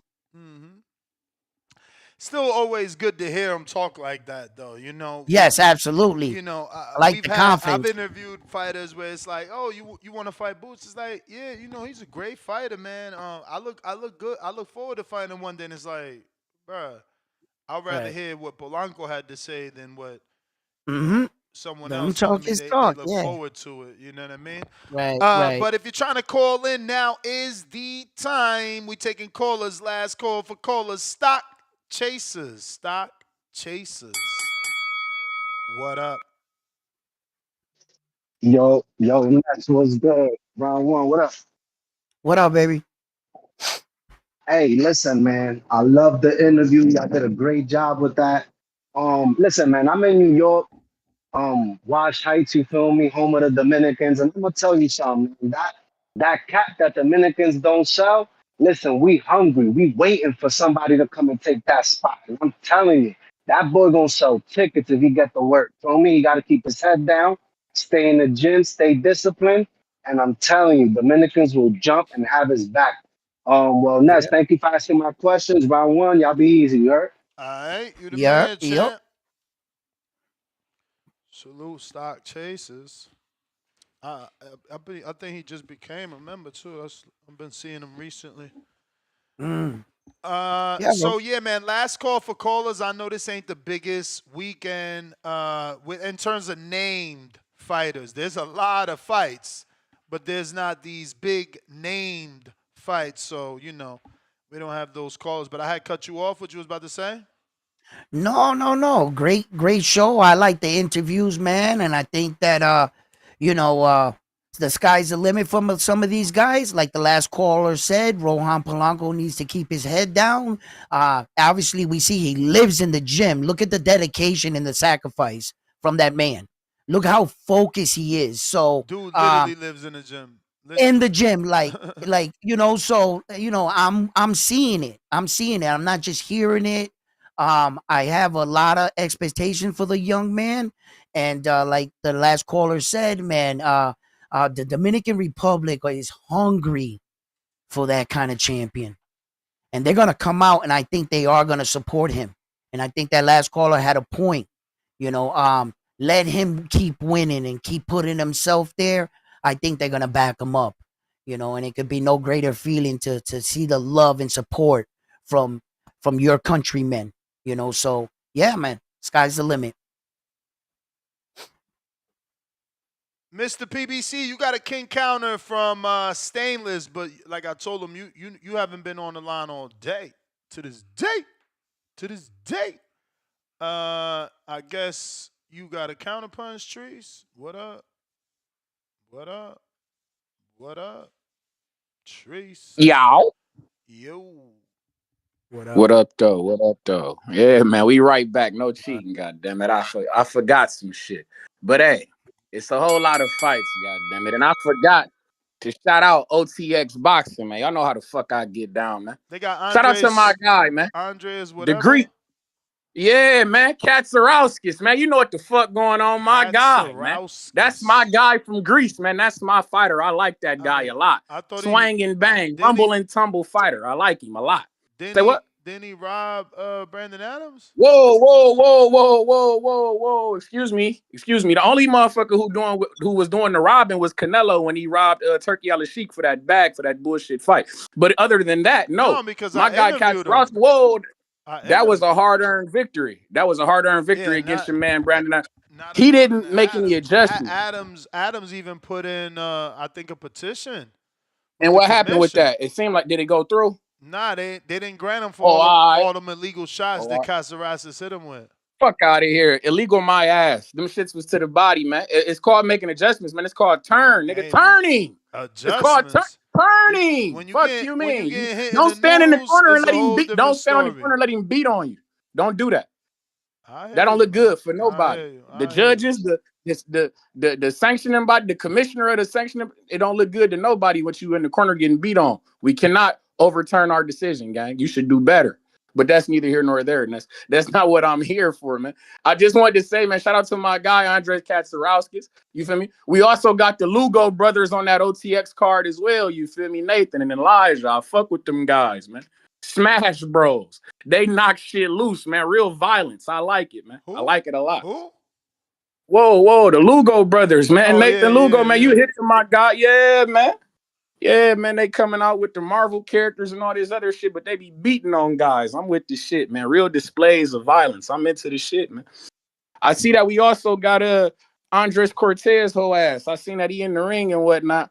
You know, he speaking of motherfuckers who got robbed, they robbed my nigga Supernova in that fight, by the way. Abraham Nova. Shout out to him, the only fighter in boxing with a motherfucking mascot. You understand me? Shout out the gang. You see, I fuck with him though. And I also want to say, shout out to my nigga Alan Garcia, man. I know you had him on the show before, Ness. I really do like that young kid. I know he had took the upset loss, got his shit knocked loose, you feel me? Unfortunately. He on this card, right? Yeah, he on this card on Saturday, you feel me? But he had a fight before this, and I seen him bounce back. I like to see shit like that. You can shake it out, you feel me? Your shit not over. There's only one loss, you young, you feel me? We know you can box. You just got to stop all the cute shit, turn your violence level up, and get motherfuckers out of there when you know you can, Mr. Garcia. I fuck with you. Happy to see you shake back, my boy. But yeah, man, like I say, last week was for the teeny boppers, man. This week is grown man boxing. Get your motherfucking chips, get your popcorn, get your protein bars, whatever the fuck you into, man. And pull up a chair, nigga, and watch some boxing this Friday and Saturday, you understand me? Shout out Mr. Holmes and the Midwest Mafia. Come on, put hands and hooves on that nigga, bro. They can't fuck with us. Y'all be cool, man. Tip Bellis.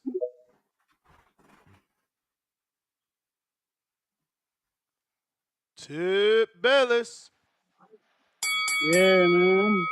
Oh, shit. You hear me? We hear you. Yeah, man. First, I want to shout out the New York Knicks. You know what I'm saying? They really out here doing their thing, beating the shit out of Boston. Respectfully. Knicks tape season, man, in full effect. Secondly, I just want to say, man, Rohan Polanco's can't be talking like that with that nasty ass shoulder roll. You know what I'm saying? It's like that is the nastiest shoulder roll in the sport of boxing. And how dare he disrespect Speedy Rashidi Ellis, man. You know what I'm saying? Having a shoulder roll like that. That is disgusting, man. That is disgusting. He should be ashamed of himself. He needs to make a public apology. Because there's no way anybody with a shoulder roll like that should be talking about another fighter. Respectfully, bro. Yeah, man, some good fights this weekend. You know what I'm saying? Nothing I'm really looking forward to, but some good fights. You know what I'm saying? I think after last week, you know, it really took the energy away from me, you know what I'm saying, when it comes to boxing, man. You know, that was a depressing week. So, you know, somebody gonna have to like remotivate a brother when it comes to the sport. Yeah, man. Um, ain't really too much news going on, man. Ain't too much news going on. You know, we got the situation with that one fighter, you know what I'm saying, still making ignorant comments. We ain't gonna speak too much on that. We can't entertain that. Yeah, it just ain't a lot of news in the sport right now, man. I mean, the press conference did happen yesterday. You know what I'm saying? I'm kind of disappointed in your boy Cornflake, Ness. I'm disappointed in Cornflake, man. He gotta bring more energy. He gotta bring more energy. He can't be up there sitting all humble with Charlo, man. Like, Hey you know what I'm man, saying? Like, you got that's what Rolly did, man. We taking a page out of Rolly book. Slow down. nah, man, nah, Yeah, nah, yeah, man, nah. yeah, We need that. yeah, We yeah. need that Harrison. We need that Slow Harrison down. Charlo energy from Lamana, man. We need that Harrison Charlo energy. And Thomas got it in him, man. He from Jersey. You know what I'm saying? He talked that shit. He talked that slick shit, man. Like, bring that energy to the press conference, man. You know what I'm saying? Talk that shit to Charlo. Let's make sure we get the best Charlo. That's how you really gonna wake Charlo up, man. You gotta get on stage and talk your shit. You know what I'm saying? Like, they being too humble, man. Nah, talk your shit. Tell us how you gonna beat Charlo. All this, that, and the third, man. That's what we need to hear. And you know, another thing, man. Shout out to Quest, man. You know, he getting better with these questions. I ain't gonna lie. You know, he threw that curveball with Jake Paul, and I ain't even have to say anything. Polanco said it all. You know what I'm saying? When he, you know, asked him that disrespectful statement. You know what I'm saying? Like, this is nasty, man. Quest, you gotta step it up, bro. You gotta step it up. I mean, he got a reaction. He got a reaction out of the Hey, fighter, so his question worked. that that might be the rookie of the year. I ain't gonna lie. Quest in the lead, man. Oh yeah. Y'all slacking off. Quest in the lead right now for rookie of the year, respectfully, bro. Yeah, man. I'll be back on. Aight. Aight. All right. Once again, last call for callers, or it's gonna be an early day.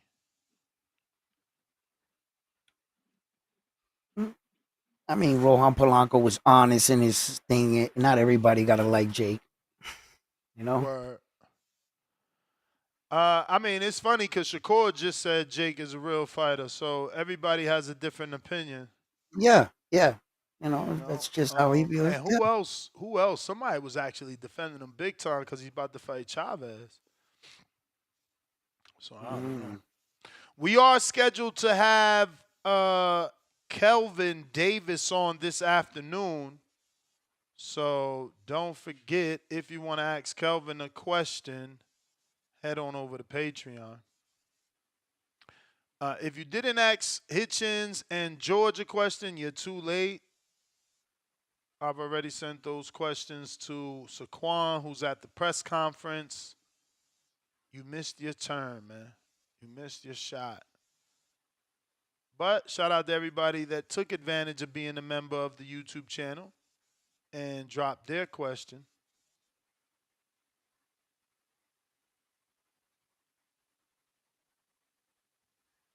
I got Bandalorian.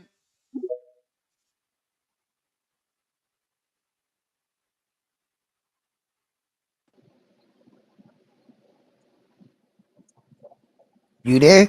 What up? What's good, man? What's good, round What's one? good? What up? What's good?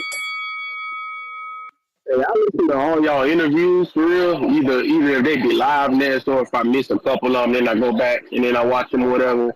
And you're right, man. It's like I always say it be bad sometimes, like how it is that the saying goes like negativity sells and stuff. But I ain't gonna lie, I was over here rolling listening to Rohan get his shit off, man. That blind ranking shit, that shit was hilarious. That motherfucker said siete.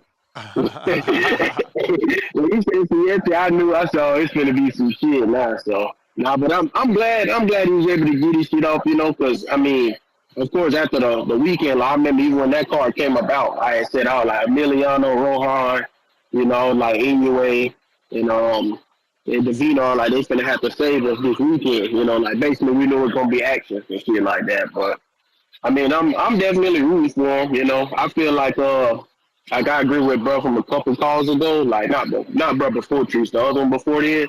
Like I like him, but I do feel like they should give him another couple of fights before they send him in there with Brian Norman Jr. And I don't know if he's exactly ready for that. And I know Joel was tripping on you, Ness, but I feel like he's not ready simply because of what you said. I feel like that leaning straight back thing. I said Brian Norman gonna send one of them hooks. I said that shit gonna put him clean on that canvas. But I mean, he's gonna get right, But I mean, we'll see. We gotta give him some time, but and then of course, like I'm hyped this. We did talk about them cars for this weekend. Like, yeah, I'm picking up a load in North Carolina. I'm headed back to Florida right now, so I can go on down there. But I'm hyped. I'm like Trees, because I'm like when you kind of like look into it, you be like, yeah, people always just looking at KOs and stuff. It's like, nah, Ardreal Holmes, he's 17-0 with only 6 KOs, but I tell you, he real superior at actually boxing. Yeah, like you said, man, he fought 3 times last year, so he up on these, in terms of the ring rust. But I think Erickson gonna get it done. He gonna have to, for sure pull it out. And then, like you said, of course, Najee Lopez on that card, Nicholas Claus on that card, Blast on that card. I'm like, man, that car is gonna be stacked. That's one of the cars I'm probably get there for the very beginning of, and then be there for the entire thing. But yeah, I'm looking forward to it. I mean, and then like what I had seen you earlier, I'm with you too, because that's the so-called Mean Machine fight is interesting. So I'm hoping they do end up streaming it for us or allowing us to, whatnot. But aside from that, man, I'm hyped for the weekend and stuff. But yeah, and I looked up your boy too. That Broadway Joe was talking about. That motherfucker even look like he mean. Cause this is my first time hearing about Jan Santana. Like by name, I done seen his fights a few times, but I was like, even looking at him, I said, oh yeah, he look like he a little mean motherfucker. So I said, yeah, I could see him probably getting into some shit with Shushu or whatever. But I'm gonna look out for him. though. Appreciate you, Ness. Shout out to you, Ron. Shout out to you.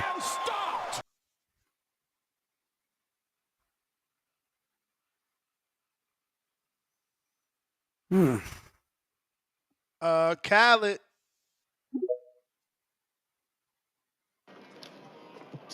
Yo, Ness. Yo. I bet real quick. The Andy Dolaminguez. He fighting out of he gonna be in New York fighting at Sony Hall. Seen him on the Top Rank card. That's how I know about him. He fighting this weekend for anybody that give a fuck. He fighting on the zone. So he gonna be doing that. But as far as the other previews, looking forward to the Erickson Lubin scrap. You know what I'm saying? That story that he told was kind of wild. I fuck with Erickson, and you're right. It's fucked up that he had to go through 4 title eliminators. His resume is kind of insane. He probably has the best resume at 154 to not have got a title shot because he just fought everybody. And you probably wouldn't pick nobody to just beat the shit out of him. Like nobody you're not just gonna beat the shit out of Erickson Lubin. So hopefully he can win. Hopefully he can get himself a title. Yeah, I ain't gonna be able to watch that Lee Wood joint just because that's gonna be doing work hours and them UK cards be kind of starting at unique times. Are you doing a live fight chat for any one of these scraps, Ness? Yeah, more than likely the pro box and the top rank at the same time is just gonna be a merger because it's not really a card that could hold my attention. I'm gonna have to be bouncing. On that like Navarrete, because I missed it yesterday. Who was another notable outside of the Giovanni Uh, Stantillion? you got the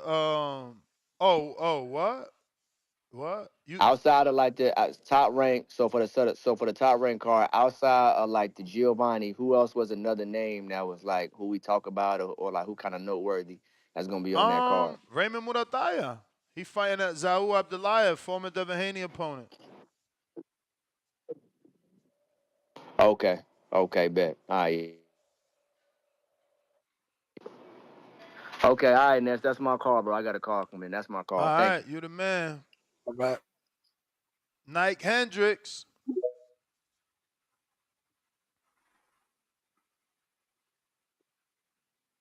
Yo, you got me?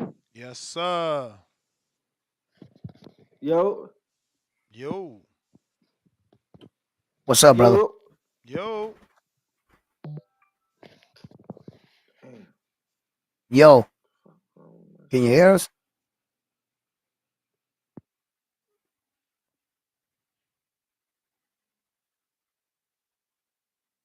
You there?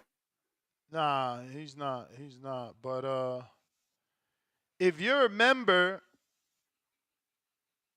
or a Patreon, I probably should have fucking used the restroom before this, but we're about to get Robert Garcia on the show. This has been a long time coming. I'll be slipping, man, but I'm better. I'm better doing interviews like this, just hitting them the day up. Like, yo, you free? Jump on. You know, that whole setup shit is whack. Robert, what's going on? I thought you ain't love Robert me no more, Garcia. man. Why would you say that? I mean, I don't know. I've been trying to get this interview for like 2 months. But I know you're busy, Yeah, and you never I'm even. busy too. I This is the never first got time I hear back from to you. you. No, I never got back to you, man. Truth be told, I never got back after we agreed. But better. It's better because What's up? we waited, and now there's a lot to talk about. You and Bill, you guys are on two different sides of the street when it comes to this situation with Jose Ramirez and the hospital. Then I just interviewed Hector Bermudez and Rohan Polanco, who they want the Delgado fight.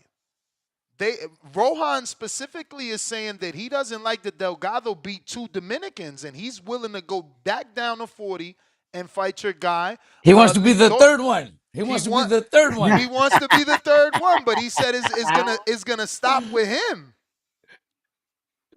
He's a fucking badass, man. I like that dude. He fought fucking good. He's a strong motherfucker. Do you think he can make But he's 140? that's what I'm saying. He's fucking. He looked really good at 147. I don't know why he would even consider. I think he just did it just to get some names out there. Mention my name because I seen a little video where he mentions my name and stuff like that. So it's part of his plan. You just to call a guy, but fuck, he looked good at 147, man. Why would he want to come down to 140? He's at 47. There's fucking badass fights for him, man. He's a good fighter, man. So what's next for Lindolfo? Yeah, right now, I just got in here in San Diego for the fights this weekend, so I'll have a talk with Top Rank, see what they have planned out. But right now, I there's nothing out there for him. Well, so what can you tell us? Obviously, I've watched your interview and all the clips. You said that everyone had to go to the ambulance, that it wasn't just Jose Ramirez. Why do you think there's no pictures of anyone else? Look, maybe because then the rest of the guys, they don't follow the rules. They didn't care. They do whatever they want because Haney's attorney. I don't think he'll lie, and I know him very well. He won't lie. He was at the rules meeting after the fight, and I think it's already been confirmed by some people from Golden Boy Promotion, stuff like that. That was the case. We were told, the locker rooms were in the hotel 2 blocks away. So after the fight, as you guys probably know, or people in boxing know, that win or lose, you have to see the doctor after your fights. In every show, wherever you fight, wherever you go, it doesn't matter which promoter it is, which arena it is, which city it is, which commission it is. Every fighter sees a doctor after the fights, win or lose. We could win in a first round knockout without getting hit one single time. After the fight, you still see the doctor. Right away, the doctor obviously releases you.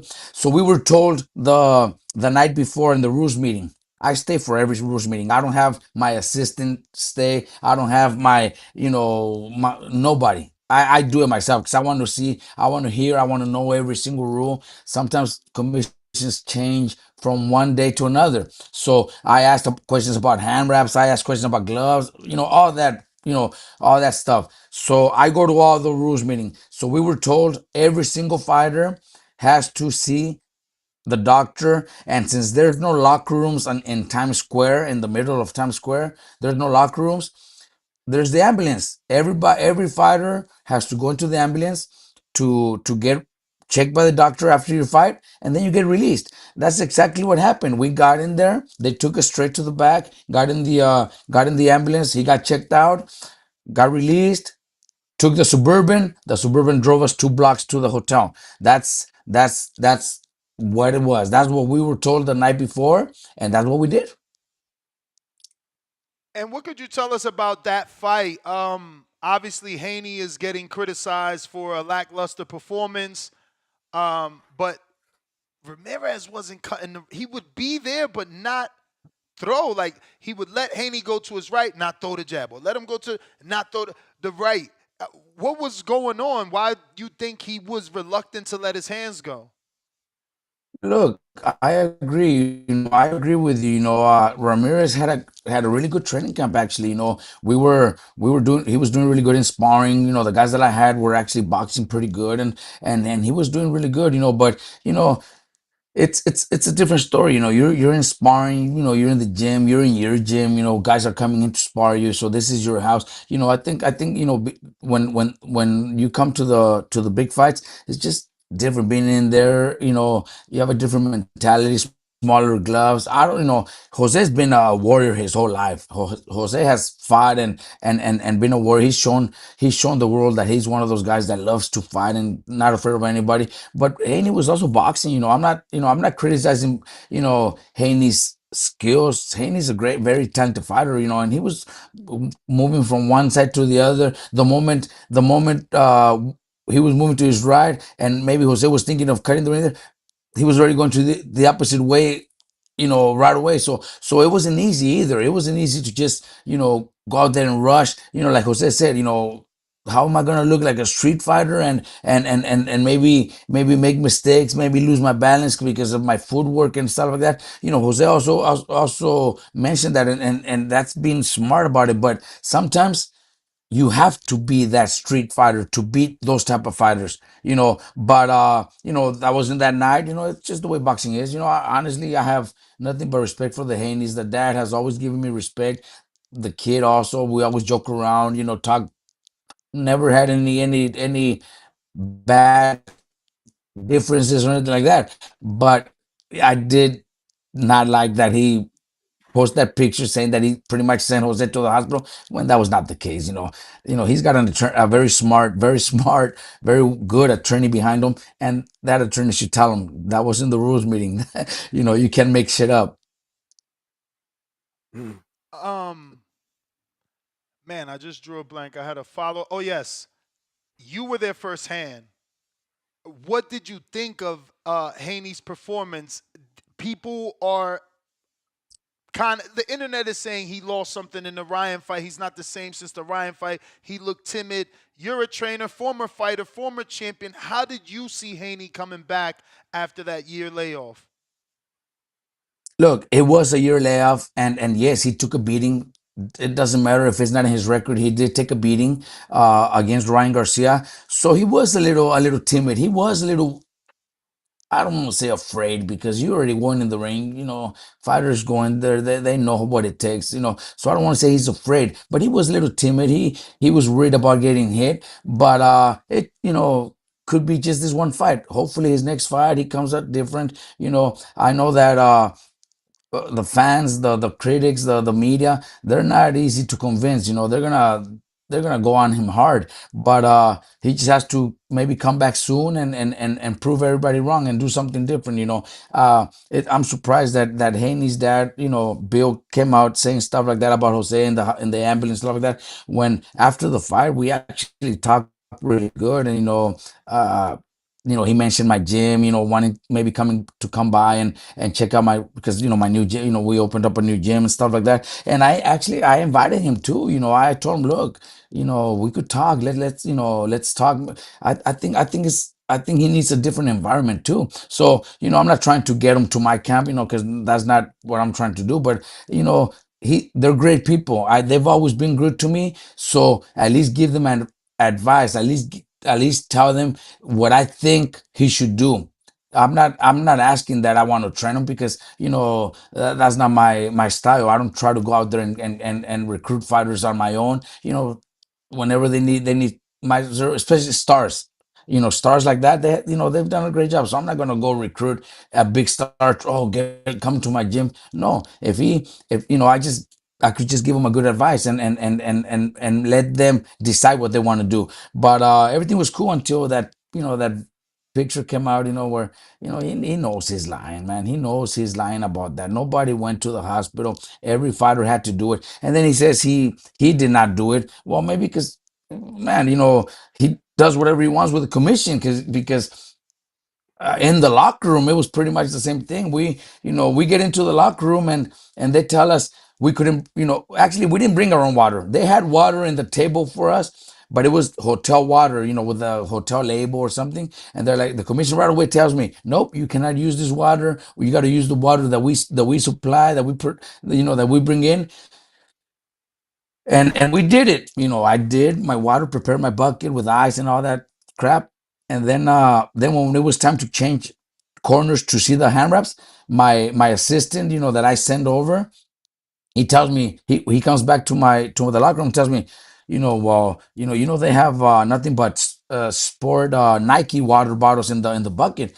I'm like, no, they're not supposed to. They didn't allow me to do that. So why would they allow them? And they got away with it. We try to argue that why did they make me change my water bottles and bring the ones that the commission supplied? And they said, okay, well, he could have his own water up until he does the drug test. And he did the drug test right before we walked out into the ring. So, little things like that, that I know, when you're a superstar, you get away with stuff like that. So you would be willing to be part of the camp, or do you think that your camp house is what he needs because you have the style of fighter to get him, prepared? No, no. I'm not trying to get into his camp or bring him into my camp. No, no, no, no. There's so much that they could do on their own, but they just need to add a few more things. Maybe I just want to, because I'm telling you, before and after, they've always been great people to me. They've always respected me. We always talk really good. I've never had any differences with them. They're from California. I'm always going to support California fighters. But I just want to talk to them. They respect me. So we after the fight, we shook hands. Congratulations, this and that. They mentioned my gym. I said, look, you guys are more than welcome. I would actually like to talk to you guys. Let's have a good conversation. But it's just to give them advice, not because I want them in my camp. There's a few fighters that I have in my camp that I actually would love to face him in the future. Um. So what's next for Jose? You're again trainer, former fighter, former champion. The internet loves to say that Jose is washed and that he should retire. What do you see? Well, look, I think like I told you, during training camp, everything went good. Everything went good. He was sparring like we wanted him to, putting pressure, throwing a lot of punches. I think Haney's style, the way he fought, was just very difficult for him to cut the ring because, like I said, Haney from the right to the left, instantly he was moving side to side and moving around. So it was hard for Jose to even cut the ring. It was very hard, but training camp went really good. So Rick Marigan, his manager, Golden Boy Promotions, I haven't really talked to them about what's going to happen next, what Jose wants to do. I've been texting Jose back and forth, but just about family, how's your kids, stuff like that. We haven't even brought up the conversation about what he's going to do next, if he's going to fight again, if he wants to, we haven't mentioned that. So I don't know. I don't know. It's going to be up to him, his family. Then once they decide something, if they have something, I'm sure they'll call me and ask for my opinion. But as of right now, after a big fight like that, I just let my fighters rest. I don't want to talk boxing. I just, like I said, family, kids, stuff like that. That's it. Nothing to do with what's next for him. Jump in. Don't let me hold you up. um, Robert Garcia, nice to meet you. First of all, I just want to say hello, champ. And congratulations on the new gym. I saw you on the top rank with your fighter there, Raymond, and I just want to ask, how do you think that he's looking coming into this fight right here, and you guys feel good about this fight in the IBF Eliminator, and do you believe in that? Look, I'm happy. I'm very excited about this fight because it's an opportunity for Raymond. I Raymond grew up in Southern California, fighting all the names out there. People don't, he was never the amateur superstar, so people didn't really recognize him. But he's got wins over, all these guys. He through the amateurs, he beat everybody.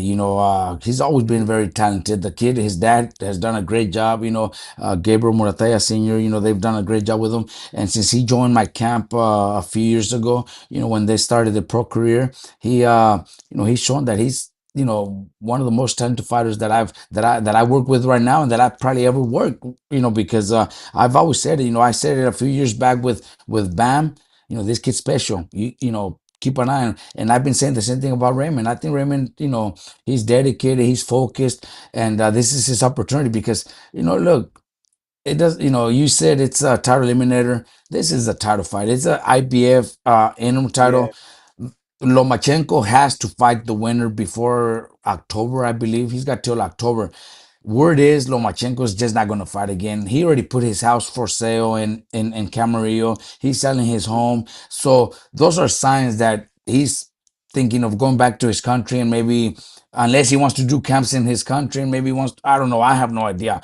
But injuries are already part of his, career at his age. He doesn't have nothing to prove. Lomachenko has to fight the winner. So, if he doesn't, then the winner elevates to full champion. So for Right. us, this is the world title fight. And if Mm. not, then it'd be awesome to share the room with Lomachenko. Lomachenko, two-time gold medalist, three, four division champion.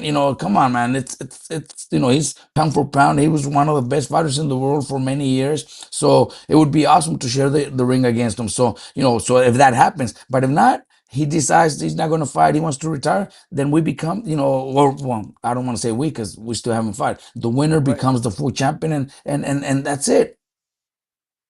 Yeah. So, my style of interviewing, man. I like to be equal. They call Frank Martin a 28-year-old prospect. Why do you think Murataya is taking so long to get here? He's also 28. When Frank fought Tank, that was the running joke, quote unquote. He's a 28-year-old prospect. Why, if Murataya is as good as you say, and have people been telling me this for years? I've seen someone in Las Vegas over here in the gym. He's like, "Oh, my cousin's Murataya. You sleeping on him?"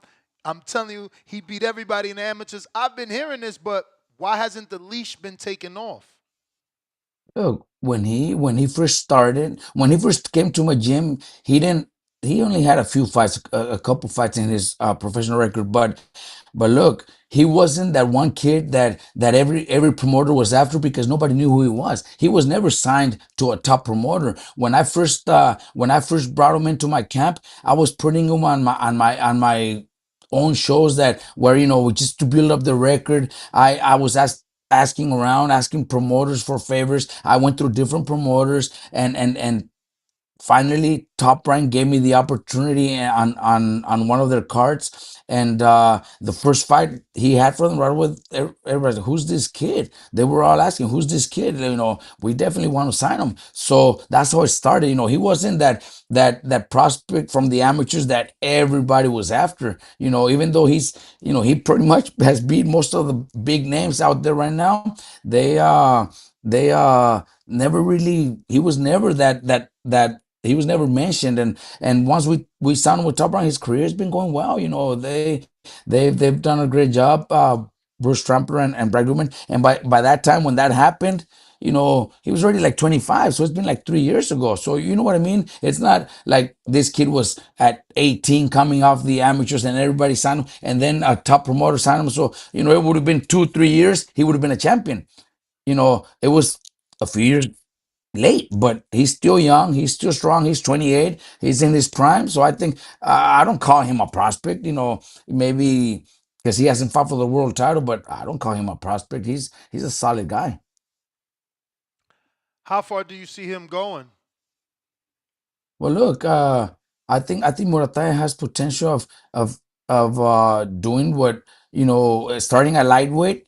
Won't be a lightweight for that long. Maybe a few fights and then go up to 140. I think he could be a three-division champion towards the end of his career. Maybe even possibly a four-division champion.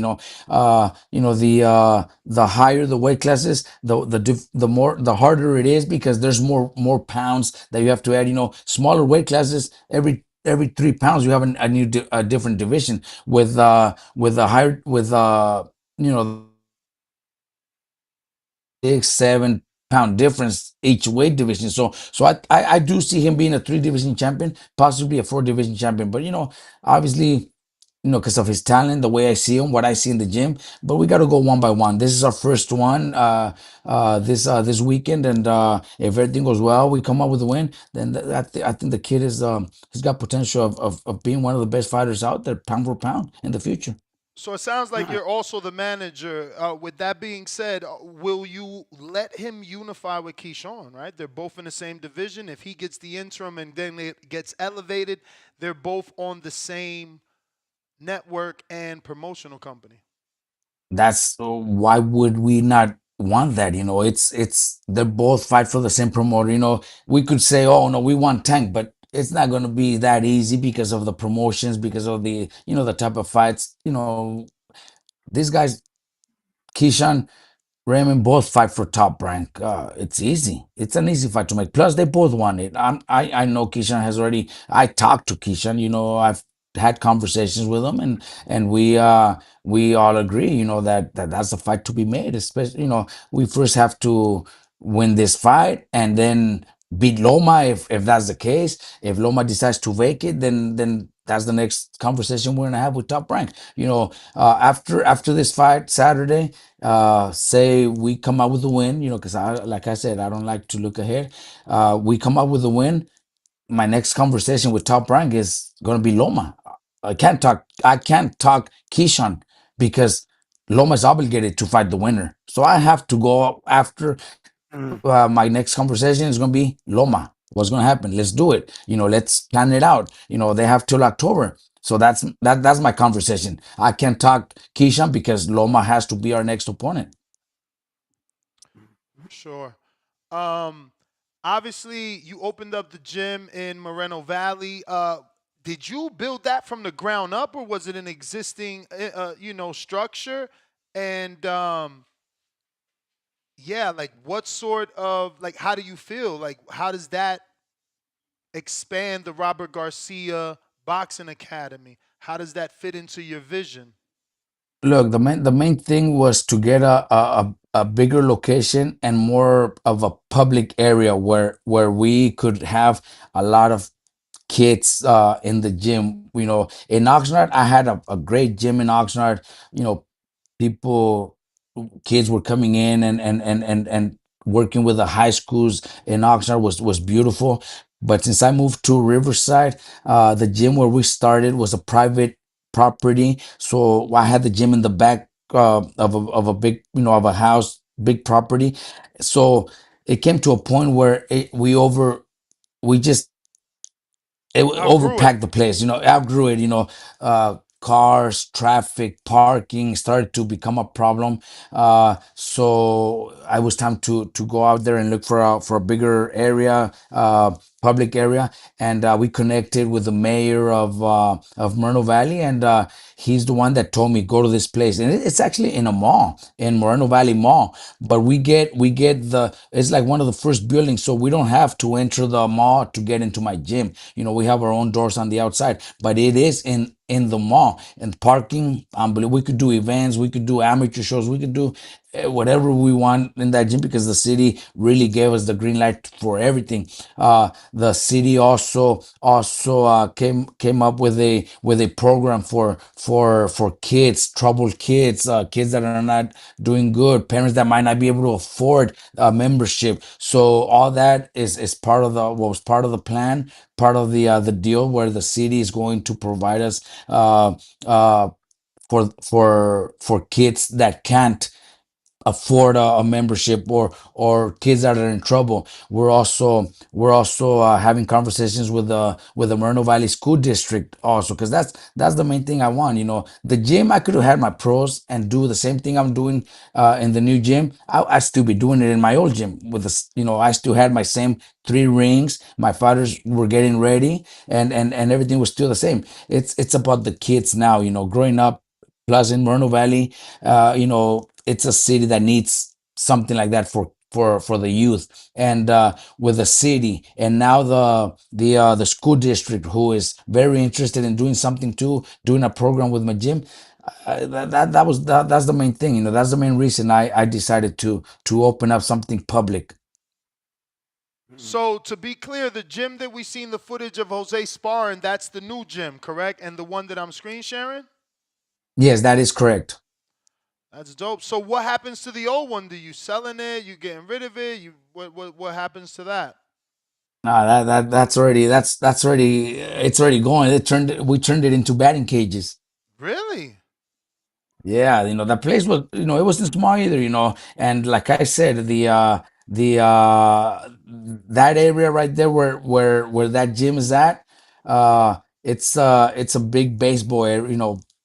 Baseball's huge in that area. So, my grandson is already playing baseball. My son and his girl and son and daughter, they moved into the camp house right there, so that's their house now. And the back is batting cages, so they're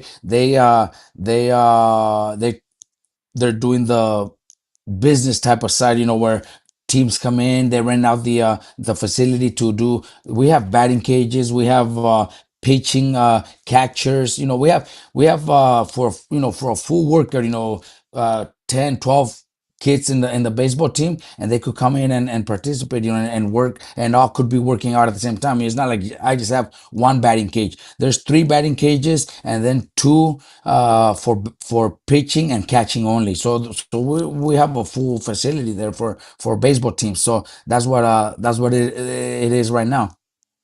Man, you're amazing, bro. You're the entrepreneur for sure, man. Congratulations on all your success, for Thanks, bro. But sure. it's not easy. But in this life, man, at least myself, I from my dad, everything he always did, everything, he everything he always dreamed of and thought about was his family, his kids.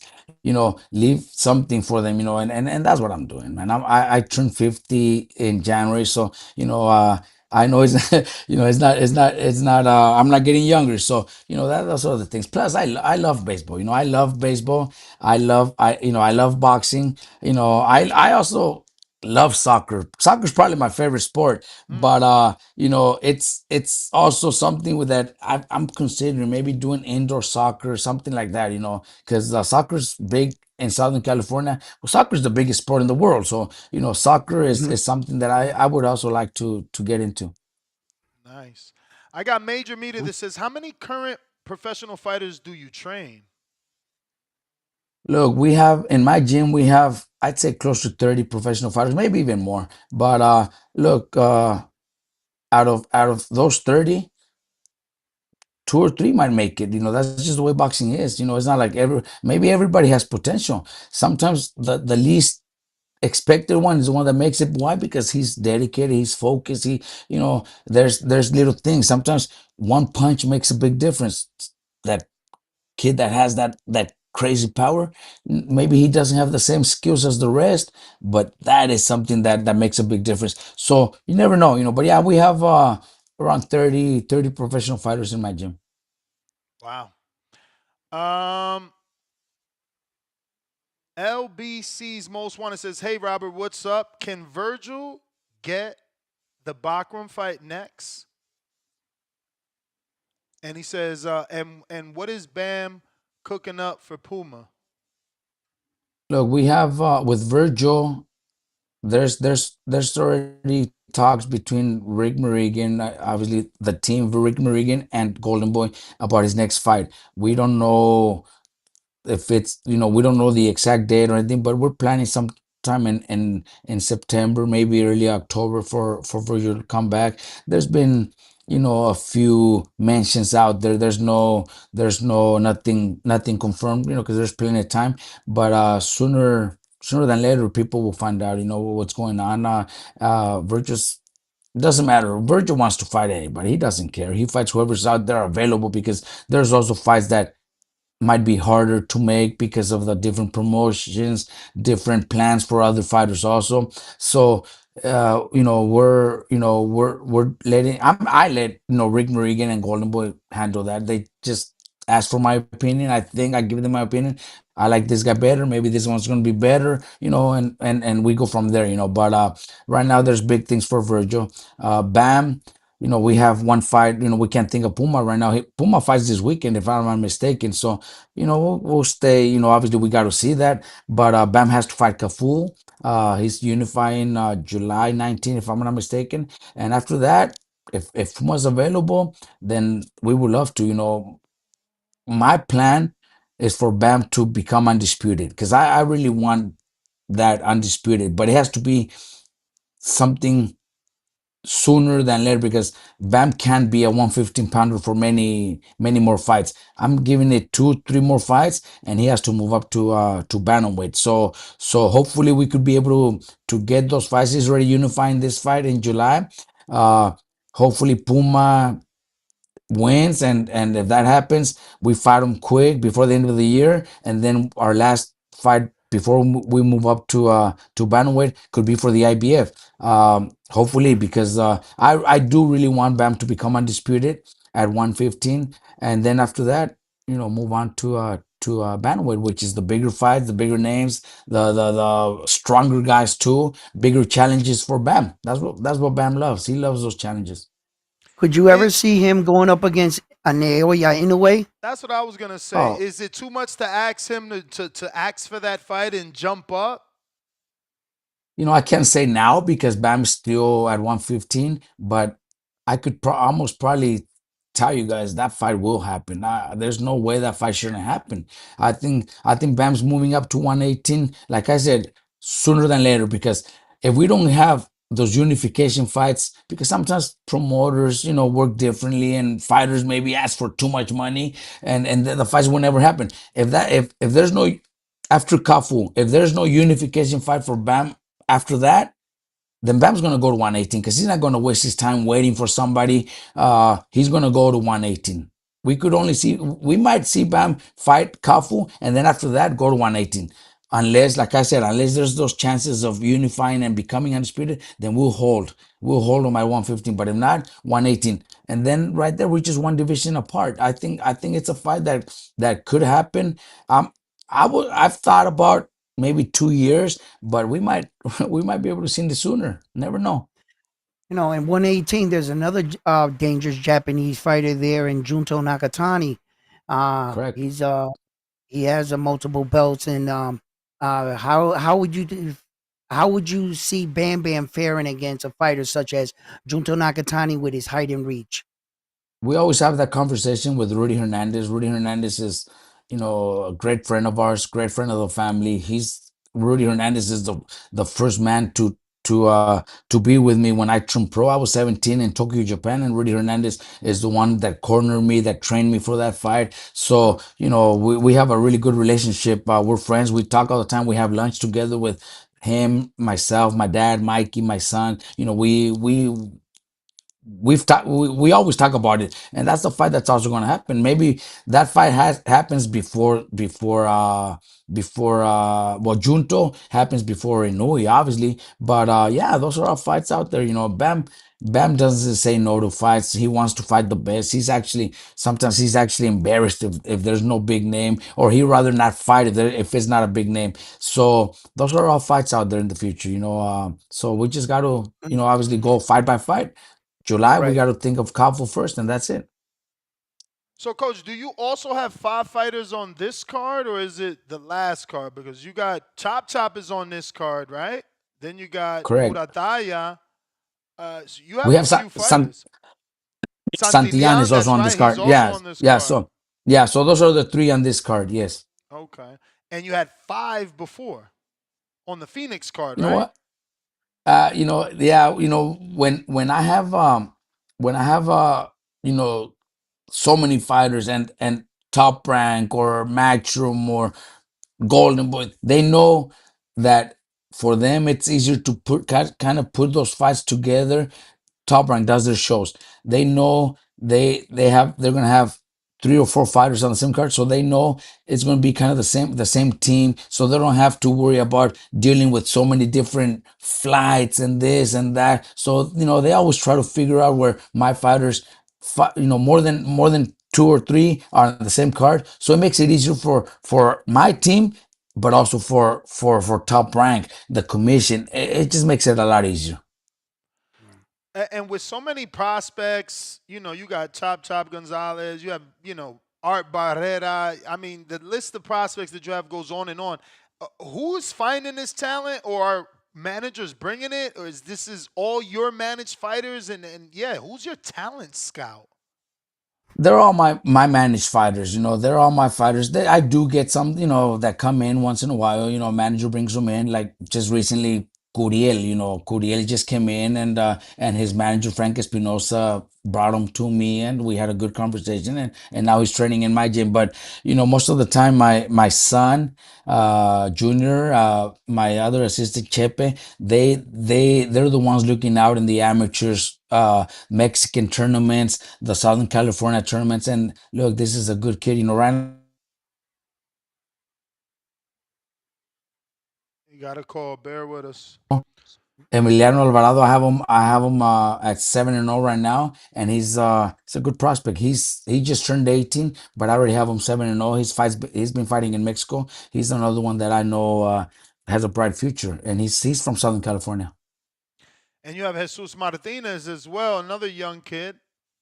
Fighting What's up next with week, him? next Saturday. Yeah, well, he's fighting next week in San Antonio, Texas. So, I keep my guys busy, small shows. If I have to go to Mexico, put up a little bit of money, that's fine. I build up the record. I do my job as a trainer, manager, and You got a call. Bear with us. I think I gotta go pretty soon because I know there's Yeah, there's no a lot of phone worries. calls No right worries, now man. We for other appreciate stuff. your All time. right, All right, Coach. Thank you. all right, guys. All right, guys. Thank you, Nice to guys. meet Thank you, you guys very Coach. much. Yes. Appreciate it. All right. Yep. He got busy. It is fight week, man. He's in the Yeah. hotel, as you can see. That's why the internet was a bit choppy. Hope you Yes. guys appreciated that interview. That's the 3rd interview today. So go ahead and hit that thumbs up. If you're listening on X, hit that retweet, repost. Watching on X live video, retweet, repost. I need that love. We need that. We need you to spread the word, man. Spread the word. Phone lines are open if you want to call in and maybe give your thoughts on the interviews or on this weekend's upcoming fights so you can make your predictions. If not, it is over. What up though, round one? Any thoughts on the interview? Matt, yo, listen. I learned a lot about Robert Garcia. He's uh, a very a staple in boxing, and he shows he's a family man. And he loves baseball and everything. And it was amazing to talk to such a legend in the game. That's the first time I've ever met him, and I respect Robert Garcia. He was a hell of a champion, even better coach, loving father. He just gives back to the sport. His his entire family and everybody, the way they contribute. So it's a really an honor and a pleasure to speak to a man like that. Yeah, man. Good interview, bro. Good interview. Mhm. Uh, if you're trying to call in, now is the time. Last call for callers. Last time for callers. 6K in. So appreciate. Keep the show go. Damn, 6K steps you got already? I'm hating. Wow. Sheesh. I'm hating, fam. I'm trying to keep it going, but we need them callers, man. You know how that go. In the meantime, in between time, I'll get to these super chats. Polo Buck, $5. Ness, you see the controversy over that T.O. video? Sure did. You know that's never my thing. You know I never bring up the racial stuff. Y'all bring that up or other hosts. Bro, I like to keep it boxing, man. Adrian, $2. Is Robert still unhappy how Eddie is moving? Bam.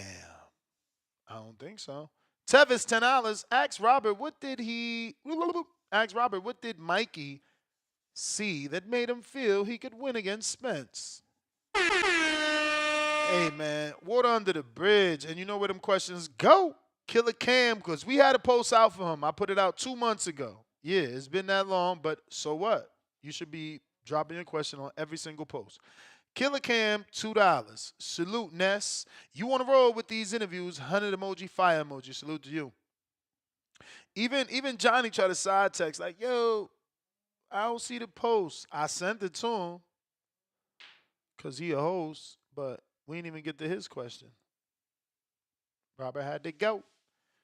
Price, $2. Salute Rohan for the Snap Kings jersey. Oh, Sac King jersey, Sacramento. We got Angel by the year, $2. Border Wars at Robert's gym. Fire emoji. I was scared to ask him. Supermax kept texting me like, yo, ask him, could we do it? Ask him, could we do it? I was just too nervous. I didn't want to get rejected live on air. I'd rather text him some shit like that. You feel me? Smart. Yeah, bro. Why not? Pick your your moments. Pick your moments. You know what I mean? Yeah. Absolutely. All right. Looks like we caught up on the super chats. We just got another one. Daniel Vega, $2. How do I call in? Cause the old number doesn't work. Yeah, we use now Discord and X Spaces to call in, like Pat, who just called in on Discord. ¿Qué lo que hay, mi gente? Salud, papi. Great day for you, Ness. You had 3 interviews today, wasn't it? Yes, sir. Well done for that. Round 1, always nice to see you. You're doing great, my brother. Thank you. Yeah, well done for plugging in with the Rohan Polanco. Remember, I called you a couple of days ago, like I wanted to find out about this, those Dominicano style, But yeah, it was a great interview. I think I got Polanco even beating what's his name, the British guy. What's his name again? Who fought Eubank Jr. Ben. Connor Ben. At this stage, I got Chris him. Eubank. Yeah, I got him beating Ben. But, yeah. But what I don't have him yet beating Norman Jr. and I don't have him yet beating Boots, obviously. But we know the talent of Polanco. The only thing I want to see him really is in a tough fight, where he has to really grind, because right now we've seen him really having much more power than his opponent. But I've seen him against is it Keith Hunter? Keith Hunter it was like four fights ago. He fought someone called Keith Hunter, but that Keith Hunter didn't have much power. But Polanco was getting touch and hit. So I want to see him in a more tougher fighter with someone who's got really a lot of power as well. And just like Norman Jr. went with a Santillan, or Boots struggled to to cut the ring with some of the fighters. So I want to see him do you know what I mean, in a fight where you have to really go to another level. Do you know what I'm saying? But yep. The potential of Rohan Polanco is tremendous. And yeah, his angle that he used when he's using the shoulder roll was quite impressive. He really used the right angles because a lot of people use the shoulder roll, but they tend to like square up too much, or do you know what I'm saying? But he's always using the proper angle for that. So, but yeah, that's. I just want to give you a shout out and checking in. But well done for that, Ness. Well done for collaborating with the round one and all the todo el combo. You know, yeah, well done for that, Ness. And I catch you later, my brother. All right, all Salute to right. you, round one. Salute. We got Quan. Talk to me.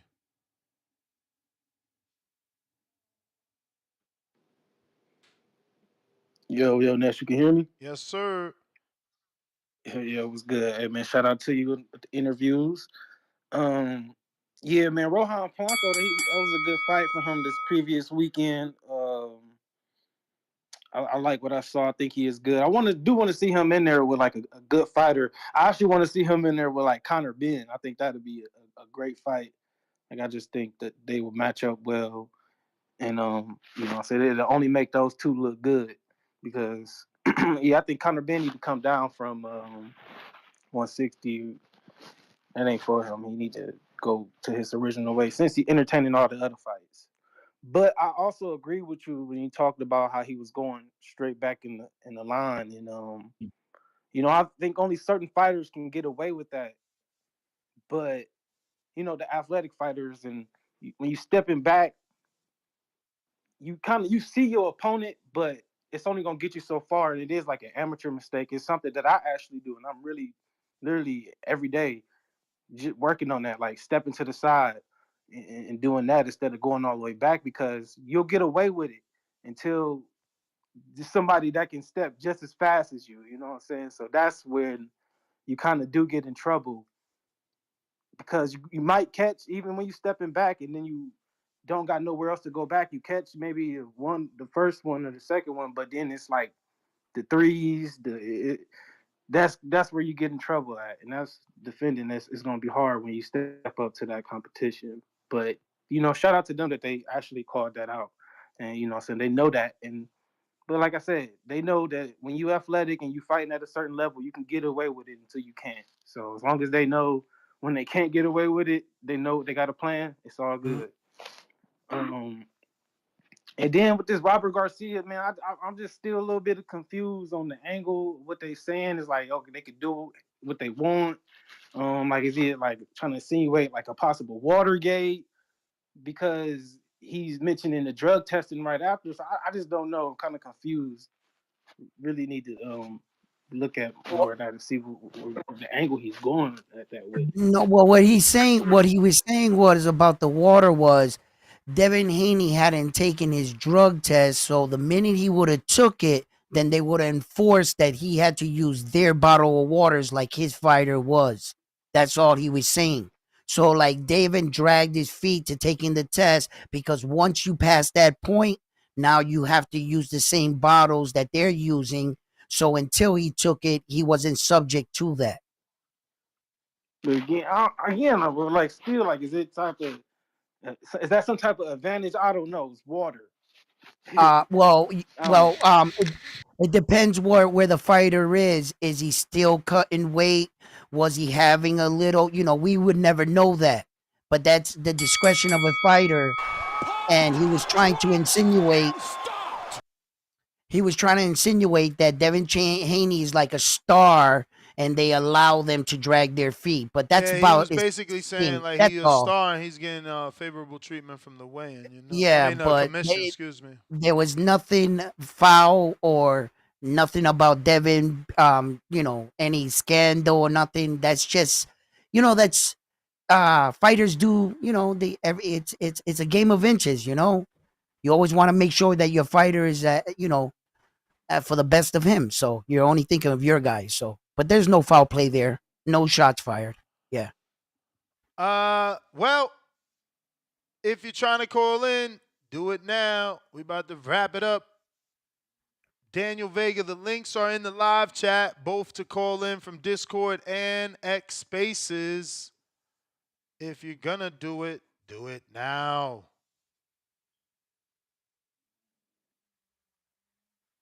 Hey, I wanted to also say one more thing. What the hell does uh uh Mario Barrio got to do to get in this conversation? I mean, they're naming off Polanco. I mean, fighting Brian Norman Jr. or Jerron Boots Ennis, for Rohan, but no one's ever mentioned the WBC world champion. And Mario Barrio. How would he fare I against mean, I him? think they're not mentioning him, but simply because he's like tied up with the alleged Pacquiao fight, right? For the last two, come on, stop it with Pacquiao. I mean, These fighters are crazy. These fighters are crazy, man. Manny Pacquiao. that's the Isn't he latest on the news. ballot? Manny Pacquiao is actually on the ballot for the Hall of Fame to be inducted in June. Yeah, I mean, like what? Come on, man. I don't know. Anyway, great show, great interviews, man. I like the vibe today. It was like all boxing. Everybody in the chat was like staying on the boxing, man. It was a great day for boxing today. we got a fat $20 super chat coming in from Mac and Cheese. He said, "Rest in peace to my big homie Dirty Rock from my hood, 3800 Dirty 30s, Oakland, California. He was alive last night, just hours after FaceTiming me, heartbroken. The world lost a real one last night in the town. Prayers to his family, prayers emoji." Well, my condolences to you, my friend. That has got to be difficult, especially if you just was on FaceTime. That's wild. I think that we are now done. Ski. Until the next one. All Peace. right. Peace.